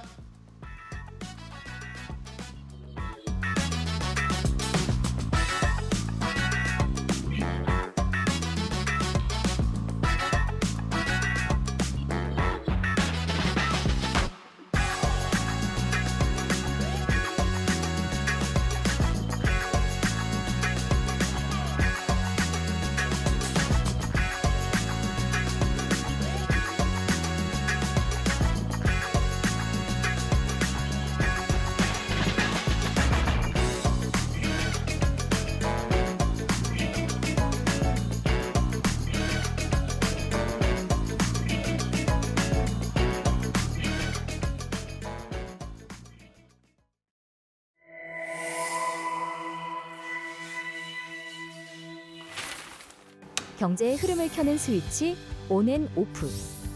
오늘은 자원의 민영화에 대해 알아보겠습니다. 지금 자원 민영화 스위치는 온. 물, 전기, 땅, 누구나 함께 쓰는 공공의 자원이라고 생각하죠. 하지만 이제 이 자원들이 점점 상품이 되고 있습니다. 관리 비용은 늘고 효율을 이유로 민간 기업이 참여하면서 공공재의 경계가 흐려지고 있는 겁니다. 물값은 오르고 전기, 교통료도 뛰고 심지어 바닷가 모래사장까지 사유화 논란에 휘말리고 있습니다. 도대체 왜 공공의 자원이 시장의 손으로 넘어가고 있는 걸까요? 그 이유를 3가지 핵심 포인트로 알아보겠습니다.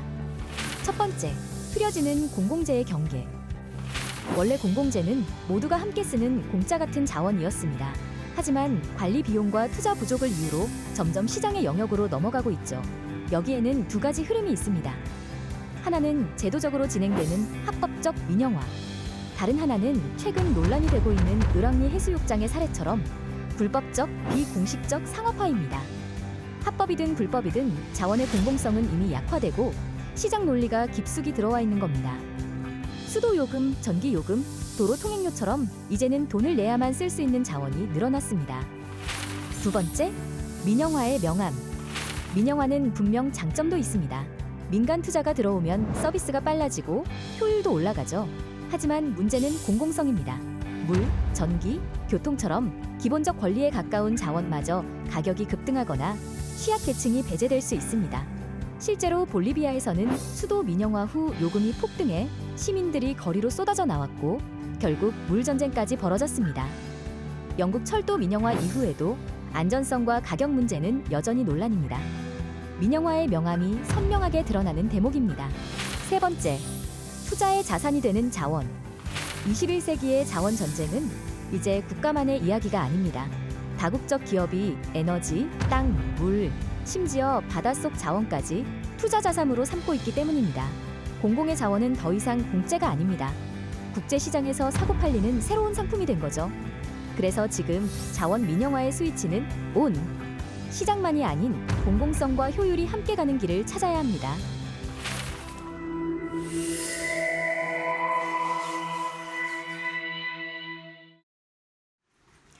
코스피가 장중 3,340선도 넘어서면서 또다시 사상 최고치를 경신했지만요. 오늘 이재명 대통령의 기자회견이 진행 중인 가운데 변동성 장세를 연출하고 있습니다. 이 대통령이 대주주 양도세에 대한 유연한 입장을 밝혔지만 장중 오름폭을 줄이고 있는데 양 지수 상황 함께 열어보겠습니다. 오늘 코스피, 코스닥 양 시장은 상승 출발을 했고요. 코스피는 장 초반에 3,340선까지 넘어섰지만 지금 오름폭을 일제히 줄였습니다. 강보합권 내에서 움직이고 있고요. 장중에 이 하락 전환되기도 했지만 현재 시간 기준 0.09%가량 오르고 있습니다. 3,317선 부근에서 움직입니다. 코스닥은 지금 하락 전환이 됐고요. 0.05%가량 하락하면서 832포인트 지나가고 있습니다. 오늘 수급 상황도 바로 열어보시죠. 일단 코스피 매매 동향 외국인과 기관의 순매수가 이어지고 있지만요. 외국인이 매수폭을 조금은 줄였습니다. 1,600억 넘게 사들이던 외국인이 조금은 이 매수폭을 줄이면서 현재 시간 기준으로 1,200억가량 사들이고 있고요. 기관의 매수폭은 점차 커지고 있는데 현재 시간 2,000억 원가량 강하게 사들이고 있습니다. 개인만이 지금 3,400억가량 팔고 있고요. 코스닥 시장도 함께 열어보시죠. 오늘 코스닥 시장은 외국인과 기관의 쌍끌이 매도세 포착됩니다. 외국인 600억가량, 기관은 200억가량 팔고 있고요. 개인만이 1,000억 원 넘게 담아내고 있습니다.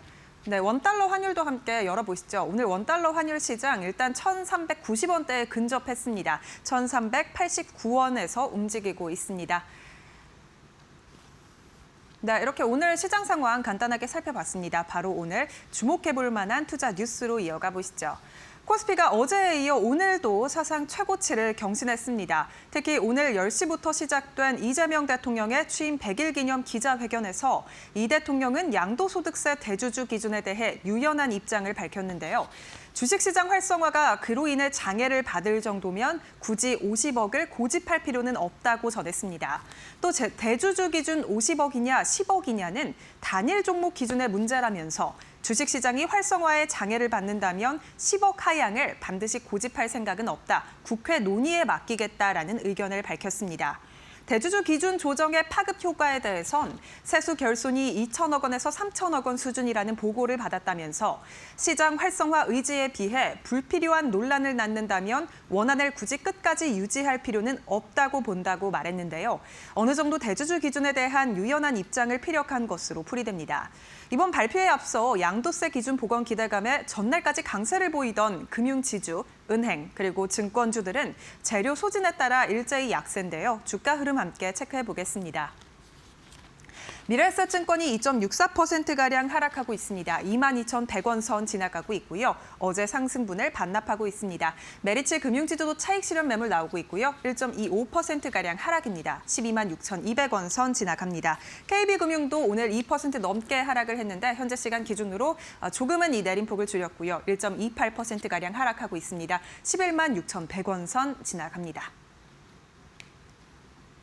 간밤 미국에서 오라클이 오픈 AI와 약 3천억 달러 규모의 초대형 컴퓨팅 파워 계약을 체결했다라는 소식에 글로벌 AI 인프라 밸류 체인에 속한 국내 부품사의 주가가 강세입니다.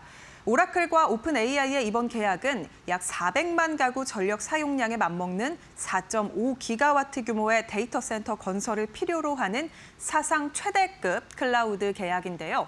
인공지능 수요 폭증에 따른 전력, 반도체 부품 공급망 전반이 다시 조명되고 있는 가운데 AI 인프라 빅딜의 파급력이 우리 시장에도 미치고 있습니다.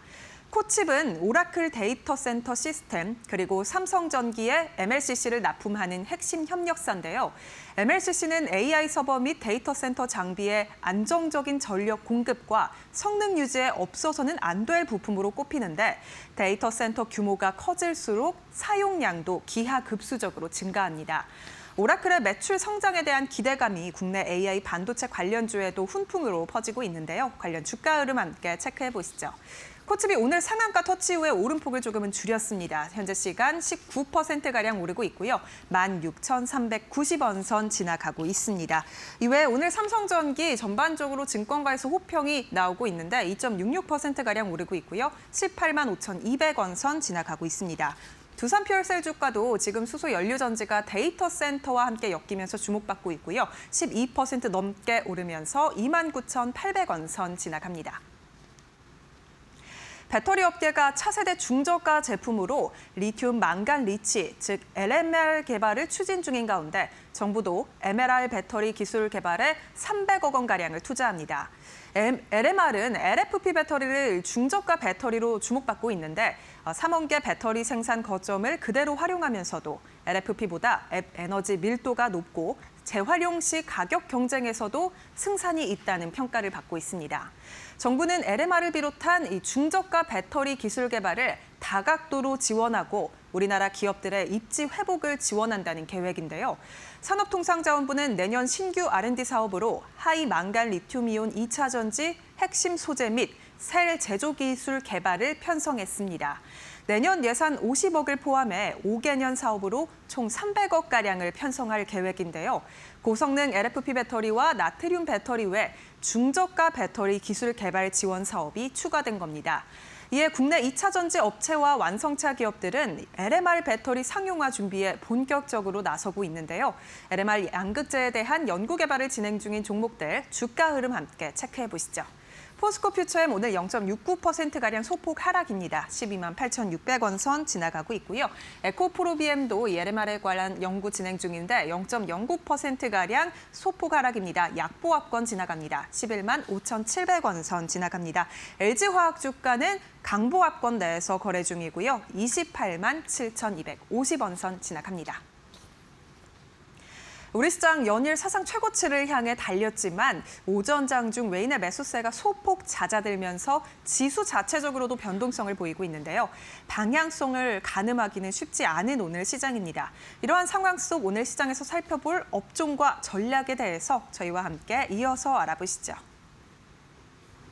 네, 그럼 계속해서 다음 코너로 이어가 보겠습니다. 마켓 플러스 시간으로 이어가 보고자 하는데요. 오늘 이 시간은 윤석천 경제평론가 함께합니다. 안녕하십니까? 네, 안녕하십니까? 네, 반갑습니다. 오늘 LMR과 관련된 이야기를 저희가 나누고자 하는데 그에 앞서서 이재명 대통령의 취임 100일 기념 기자회견이 진행이 됐고요. 우리 시장에 여러 가지 투자 포인트를 줄 만한 발언들이 많이 나왔기 때문에 이와 관련해서 간략하게 짚고 넘어가 보겠습니다. 굉장히 다양한 이야기를 했는데요. 더 센 상법 개정에 대한 언급, 그리고 양도세 50억 원 유지를 좀 시사하는 발언들도 했고요. 새 정부 들어서 주식시장 정상화를 좀 가장 좀 큰 목적으로 한다, 뭐 이러한 이야기까지 나왔습니다. 평론가님께서는 이번 기자회견 발언 어떻게 보셨을까요? 우리 한국 경제의 가장 큰 고질적인 문제는 우리 가계자산들이 너무 부동산에 치중이 돼 있다는 거 아니겠습니까? 그래서 가계부채 비율도 상당히 높은 거고요. 그래서 그게 이제 어떻게 보게 되면 민간의 소비 둔화라든지 침체를 야기를 해서 잠재 성장률을 갖다가 떨어뜨리는 하나의 요인으로 작용하고 있는 거거든요. 그러니까 현 정부의 어떤 스탠스는 분명한 것 같아요. 부동산으로 쏠려 있는 어떤 자금의 물꼬를 어떻게든지 금융시장으로 돌리자. 이렇게 되면 선순환 효과가 굉장히 많이 발생할 거 아니겠습니까? 일단 부동산에 치중되어 있는 어떤 가계자산들이 상당 부분 이제 분산이 되기 시작할 거고요.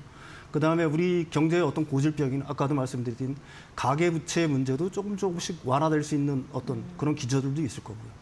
마지막으로 중요한 거는 현 정부에서는 지금 이제 지난 몇 년 동안 없었던 AI 대전환이라는 어떤 산업 대전환의 그림을 그리고 있는 거지 않습니까?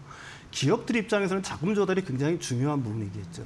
반드시 주식시장이 활성화되고 금융시장이 활성화돼야지만 기업들의 어떤 자금 조달의 어떤 활로가 열린다? 이렇게도 사실은 볼 수가 있는 겁니다.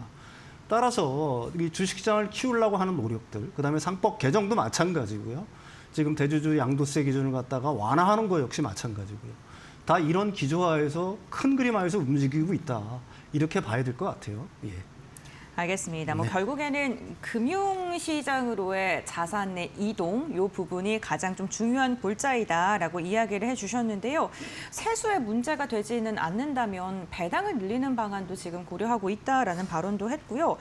그렇다면 앞으로 우리 시장의 레벨업을 조금 더 기대해봐도 좋을까요? 당연히 그렇겠죠. 네. 지금 뭐 배당 소득세를 갖다가 분리과세해서 네. 소득세율을 갖다가 과거에 비해서 훨씬 좀 낮게 하는 방안들이 되게 되면은. 대주주들이 현재 이제 배당할 거리는 가장 큰 이유가 네. 사실은 상속세에 준하는 배당세를 갖다가 이게 종합으로 내잖아요. 분리과세도 아니고. 네. 그러니까 이자 소득이라든지 이런 금융소득을 다 합쳐가지고 내야 되는 거니까 그게 거의 50%에 달합니다. 그러니까 대주주들이 배당을 갖다 선뜻선뜻 하지 못하는 가장 큰 이유가 되겠죠. 그게 사실은 우리 주식시장의 디스카운트 요인이기도 한 거고요. 네. 따라서 이 부분을 좀 분리과세해서 사실 적정한 수준으로 배당 소득세를 좀 낮춰주는 방안들, 이것들이 결국은 우리나라 주식시장을 갖다가 한 단계 도약시킬 수 있는 가장 중요한 키다. 이 열쇠를 갖다가 풀어야지만 네. 그래도 어느 정도 우리 코스피가 5,000원 향해서 발돋움을 할 수 있지 않을까 이렇게 생각을 합니다. 예. 네, 알겠습니다. 굉장히 좋은 말씀해 주셨습니다. 5,000피에 대한 기대감 언급을 해주셨고요. 오늘도 사상 최고치 경신한 다음에 오늘 같은 경우에 지금 좀 보합권 수준까지 좀 내려간 부분이 있는데 0.21%가량 상승력 보여주고 있고요. 아무래도 여러 가지 발언들이 나왔는데 기대했던 발언들이 지금 나오면서 재료 소멸로 인한 지금 상승폭 반납이 나오곤 있습니다만 결국에는 평론가님께서도 중장기적으로 봤을 때 우리 시장에는 긍정적인 모멘텀은 분명하다라고 이야기를 해주셨습니다. 그렇다면 저희가 이제 본격적으로 이야기를 나눠볼 텐데요. 오늘 LMR 배터리에 대해서 좀 알아보고자 합니다. 사실 LMR 배터리가 차세대 중저가 제품으로 지금 우리나라도 개발을 지금 박차를 가하고 있고요. 또 여기에다가 정부에서도 300억 원가량을 투자하겠다라는 입장까지 나왔습니다. 그렇다면 현재 개발이 어느 정도까지 이루어진 걸까요? 일단 미국의 GM하고 네. 그다음에 LG 엔솔이 28년까지 LMR 배터리를 갖다 양산을 하겠다라고 얘기를 했었잖아요. 네, 그게 된 맞습니다. 얘기입니다. 근데 이제 거기에서 말하는 LMR 배터리의 원천 기술은 사실은 미국이 가지고 있는 거예요. 근데 이 LMR 배터리라는 게 이게 사실은 게임 체인저의 역할을 갖다 충분히 할 수가 있습니다. 아까 지금 중저가 배터리에만 요구가 된다라고 했는데 이게 하이니켈 배터리 정도의 에너지 밀도를 자랑해요. 그다음에 기존의 하이니켈 배터리, NCM 배터리의 안정성이 문제가 됐었잖아요. 네. 안정성을 훨씬 높일 수 있습니다. 그다음에 LF 배터리까지 가격을 낮출 수가 있어요. 그다음에 LF 배터리가 갖고 있는 단점들, 뭐 저온 특성이 나쁘다든지 수명이 짧다든지 뭐 이런 단점들이 있잖아요. 이걸 갖다가 다 어떻게 보게 되면 극복할 수 있는 굉장히 중요한 게임 체인저이다. 그래서 배터리가 과거에는 뭐 LF 배터리는 중저가 배터리, 그다음에 이제 하이니켈 배터리, 그다음에 전고체 배터리 이런 어떤 스펙트럼을 유지했었는데 지금 이제 우리 이번에 그 한양대 연구팀, 네. 그러니까 선양국 교수팀이 사실은 우리나라 한국 배터리의 대부지요. 어. 이분이 8월 26일 날 네. 네이처 에너지에 논문 하나를 발표했습니다.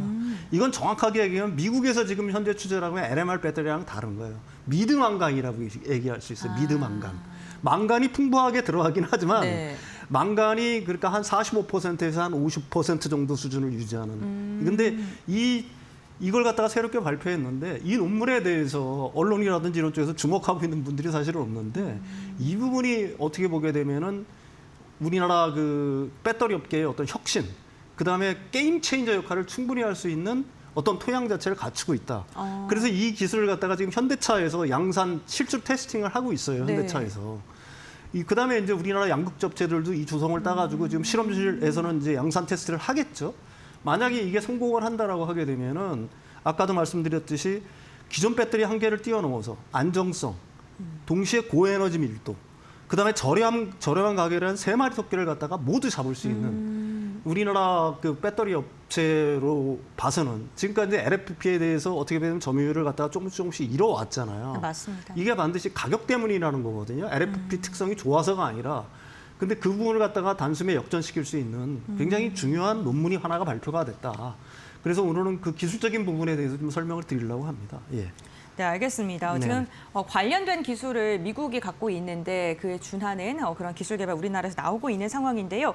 그렇다면 기존 배터리랑 비교했을 때 어떠한 강점이라든가 차별점을 갖고 있기 때문에 게임 체인저라는 평가까지 받는 걸까요? 이게 왜 게임 네. 체인저가 되느냐 한 서너 가지 정도로 요약을 할 수가 네. 있는데요. 이 논문의 이제 가장 핵심적인 특징은 뭐냐면 제로 스트레인 기술이라는 겁니다. 이거 스트레인이라는 말은 좀 들어보셨는지 모르겠는데 이게 피로, 변형 이런 걸 의미하잖아요. 가령 뭐 피로골절. 네. 이게 이제 기존의 양극재 같은 경우에는 충방전을 반복하게 되면은 양극재가 부풀었다 수축했다 부풀었다 수축했다 그렇게 됩니다. 그러면 어떻게 되게 되겠어요? 이게 변형이 올 수밖에 없죠. 그쵸. 구조적으로. 네. 구조적으로 이 구조가 불안정하니까 이게 그 수축 그다음 팽창을 반복하다 보면은 이게 쉽게 내부적으로 문제가 되는 거거든요. 그러니까 배터리 수명이 어떻게 보게 되면 좀 짧아지고 그다음에 거기서 뭐 가스 같은 것도 방출될 수가 있겠죠. 그래서 뭐 여러 가지 문제들을 일으키는데 이 논문의 지금 미드 망간 기술이라는 건 뭐냐면 제로 스트레인 기술을 갖다가 채용을 했다. 이걸 갖다가 일단 첫 번째 장점으로 꼽고 있는 거고요. 두 번째는 뭐니 해도 저렴한 망간을 사용했다는 거예요. 네. 그건 아까도 얘기했지만 LMR 배터리 기존의 그 미국이 원천 기술을 갖고 있는 것도 망간을 사용하긴 합니다. 네. 근데 어쨌든 망간과 지금 니켈을 대체하는 거잖아요. 그 니켈하고 망간 가격을 갖다가 비교할 필요가 있는데 9월 8일 기준으로 니켈은 톤당 15,000달러입니다. 망간은 얼마일까요? 여기는 좀 비싸게 하는데 30달러예요. 30달러. 500배 차이가 납니다. 근데 이 논문은 어떤 걸 실험을 했냐면은 보통 NCM 812라 그러면은 하이니켈이잖아요. 네. 고성능 그 삼원계 그 배터리라고 얘기하잖아요. 거기는 니켈이 80%, 코발트 10%, 망간 10%가 들어가는 거거든요. 이 조성을 어떻게 바꾸는 거냐면 망간을 45%까지 올려요. 대신 니켈을 45%까지 비중을 떨어뜨립니다. 코발트는 그대로 10% 정도로 하고요. 그런데 그렇게 바꿔도 NCM 811의 그 에너지 밀도를 그대로 따라갔다. 그렇다면 뭐예요? 가격은 30-40% 수준을 확 낮출 수가 있으면서 에너지 밀도는 그 하이니켈 수준을 갖다 유지했다는 얘기가 되겠죠. 그러니까 엄청난 어떤 기술의 어떤 발전, 혁신이라고 네. 얘기할 수가 있는 거고요. 세 번째 특성은 바로 열폭주 현상을 갖다가 효과적으로 억제한다는 겁니다. 이 삼원계 배터리가 작년에 청라에서 그 벤처 사고가 났을 때 네. 봤잖아요. 지금도 막 한가닥 뉴스에 나옵니다. 한번 불나면은 열폭주가 시작되면 막 소방차들이 다 동원돼가지고 최소한 막 1시간 정도 꺼야 되잖아요. 근데 지금 미드망간 지금 서양 교수팀에서 발표된 논문에 따르면은 이 양극재 같은 경우에는 기존 양극재에 비해서 열 폭주가 발생하는 온도 자체가, 그러니까 온도 자체가 굉장히 높아요. 무슨 얘기냐면은 기존의 양극재가 가령 100도에서 불이 나기 시작했다면 이거는 200도 정도에서 불이 나기 시작한다는 얘기입니다. 결국은 불날 가능성이 훨씬 줄어들겠죠. 근데 일단 불이 났어요.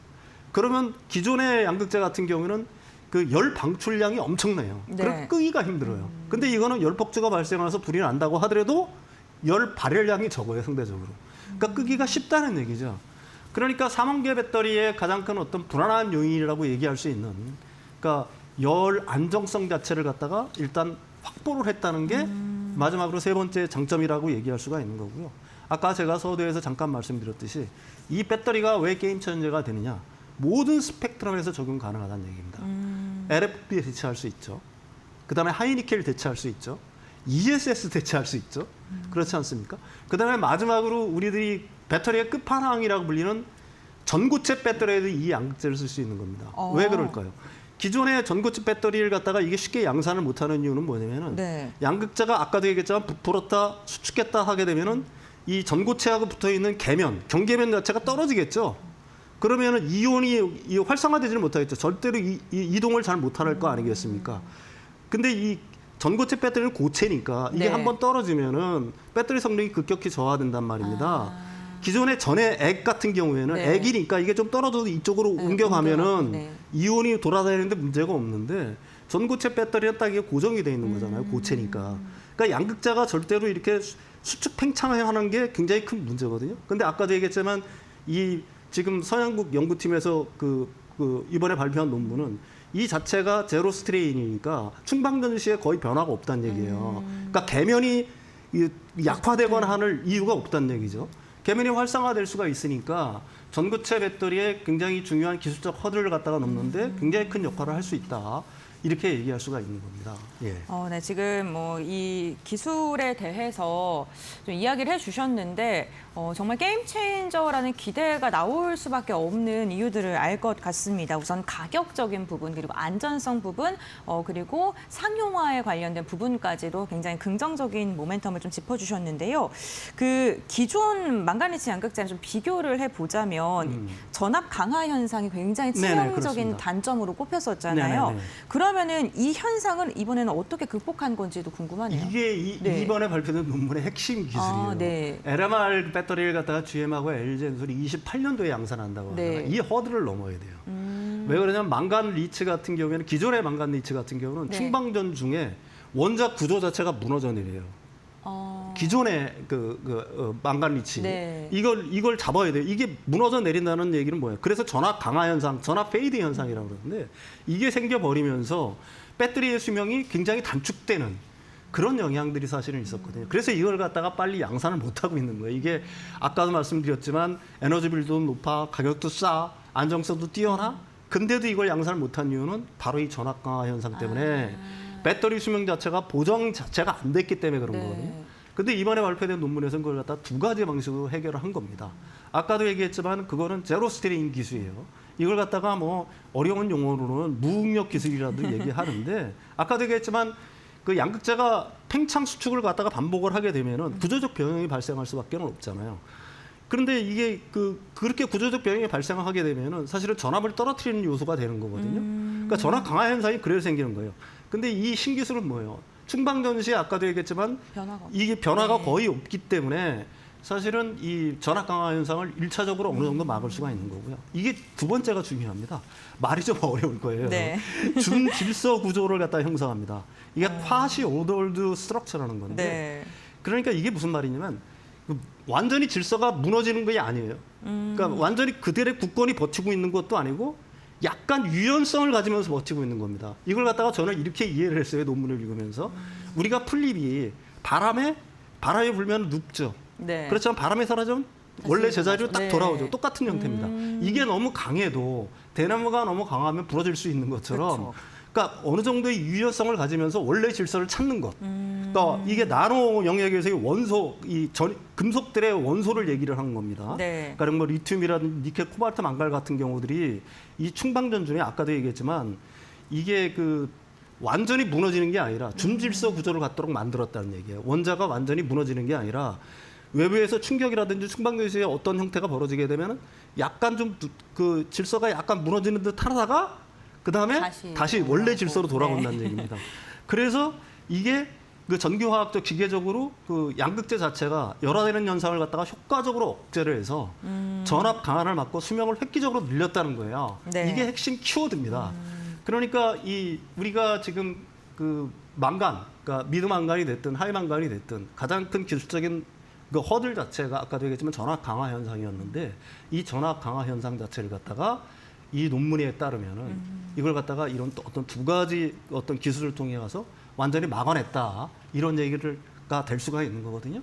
따라서 우리 그 국내 기업들 중에서 만약에 이 양극재를 갖다가 실제로 양산 단계에 접어들어가 생산을 해내기 시작하고 이걸로 네. 배터리를 만들기 시작한다라고 하게 되면은 지금 우리가 굉장히 그 어려움을 겪고 있는 여러 가지 문제들을 갖다가 단순히 풀 수 있는 중요한 어떤 키워드가 될 수 있다. 그래서 이 논문에 대해서 오늘 좀 자세히 설명을 드렸습니다. 네, 알겠습니다. 아직 실제 뭐 상용화까지는 그래도 좀 과제가 남아 있다라고 네네. 보는 게 좋겠죠. 네, 아무래도 양산과 네. 지금 이제 현대차가 계속해서 하고 네네. 있어요. 미리 이 논문이 발표되기 전에 네. 제가 알기로는 우리나라 양극재 기업들, 그다음에 몇몇 기업들한테 이 논문을 기반으로 그 양산 테스트를 해라라는 네. 식으로 하고 있는 줄 알고 있습니다. 네. 알겠습니다. 오늘 LMR 배터리와 관련된 이야기를 교수님과 나눠봤는데요. 과연 우리나라가 LFP 배터리 산업에서 중국에게 많은 파일을 뺏겼는데 이 차세대 배터리 개발과 상용화 성공으로 인해서 배터리의 종주국으로 또 다시 거듭날 수 있을지 한번 기대해 보도록 하겠습니다. 오늘 말씀 여기까지 듣겠습니다. 교수님 고맙습니다.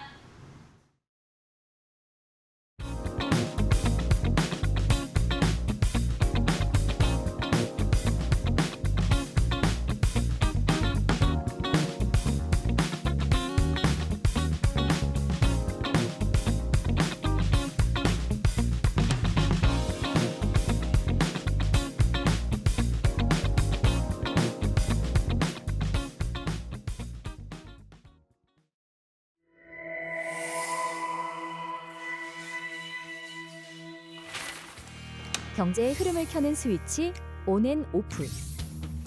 오늘은 금과 은의 스위치를 켜보겠습니다. 지금 금, 은 스위치는 온. 2025년 9월 전 세계 금융 뉴스는 금과 은의 기록적 상승으로 가득합니다. 금값은 온스당 약 3,600달러, 은값은 온스당 40달러를 넘어 14년 만에 최고 수준을 회복했는데요. 표면적인 숫자만 보면 단순한 가격 변동처럼 보이지만 실제로는 여러 경제적 요인과 정책 변화가 함께 작용하고 있습니다. 그렇다면 최근 금과 은 가격이 동시에 상승한 이유는 무엇일까요? 그 이유를 세 가지 핵심 키워드로 살펴보겠습니다. 첫 번째, 안전자산으로서의 역할. 금은 고대부터 가치의 저장 수단으로 불렸습니다. 전쟁, 금융위기, 정치적 불확실성이 커질 때 투자자들은 금으로 몰렸죠. 2025년에도 마찬가지입니다. 미중 갈등, 러시아 우크라이나 전쟁, 중동 긴장 등 지정학적 리스크로 금값은 온스당 3,600달러, 원화 약 4,970만 원을 돌파했습니다. 또한 각국 중앙은행의 금 매입 확대 역시 수요를 끌어올리는 요인입니다. 결국 금값 강세는 투자자 심리뿐 아니라 국가 차원의 선택에서도 비롯된 현상입니다. 두 번째, 은의 이중적 성격. 은은 안전자산이면서 산업 원자재이기도 합니다. 최근 은값 상승은 태양광, 전기차, 반도체, 스마트폰 등 첨단 제조업 수요 덕분에 강하게 뒷받침되고 있습니다. IEA에 따르면 향후 10년간 태양광 수요는 2배 이상 늘어날 전망이라고 합니다. 이 때문에 은값은 온스당 40달러를 넘어 14년 만에 최고 수준을 회복했습니다. 즉, 금이 위기 상황에서 빛나는 방패라면 은은 산업 전환기에 주목받는 날개라고 할 수 있습니다. 세 번째, 정책과 통화 환경의 영향. 금과 은 가격은 통화 정책과 달러 가치 변화에 민감합니다. 2025년 들어 연준 금리 동결과 인하 기대감으로 달러가 약세로 돌아서면서 가격 상승을 자극했습니다. 또한 신흥국 중앙은행의 금 매입 확대와 인플레이션 상승까지 더해지면서 금과 은은 실물 자산으로서 매력을 높였습니다. 금과 은의 가격 상승은 단순한 시장 변동이 아니라 안전자산 선호, 산업 수요 증가, 통화 정책과 달러 가치 변화 등 복합적 요인이 맞물린 결과입니다. 숫자 뒤에 숨은 구조를 이해하면 오늘의 금과 은은 단순한 시장 지표가 아니라 글로벌 경제 흐름을 보여주는 신호가 됩니다. 이 흐름을 한눈에 읽는 것이 시장을 이해하는 첫걸음입니다.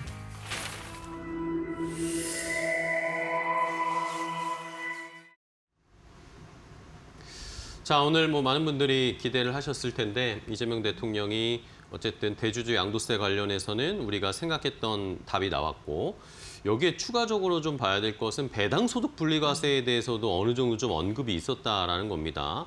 그런 걸 봤을 때 지금이 8대인가 아니면 더 갈 수 있을 것인가 한번 시청자분들도 잘 판단해 보셨으면 좋겠습니다.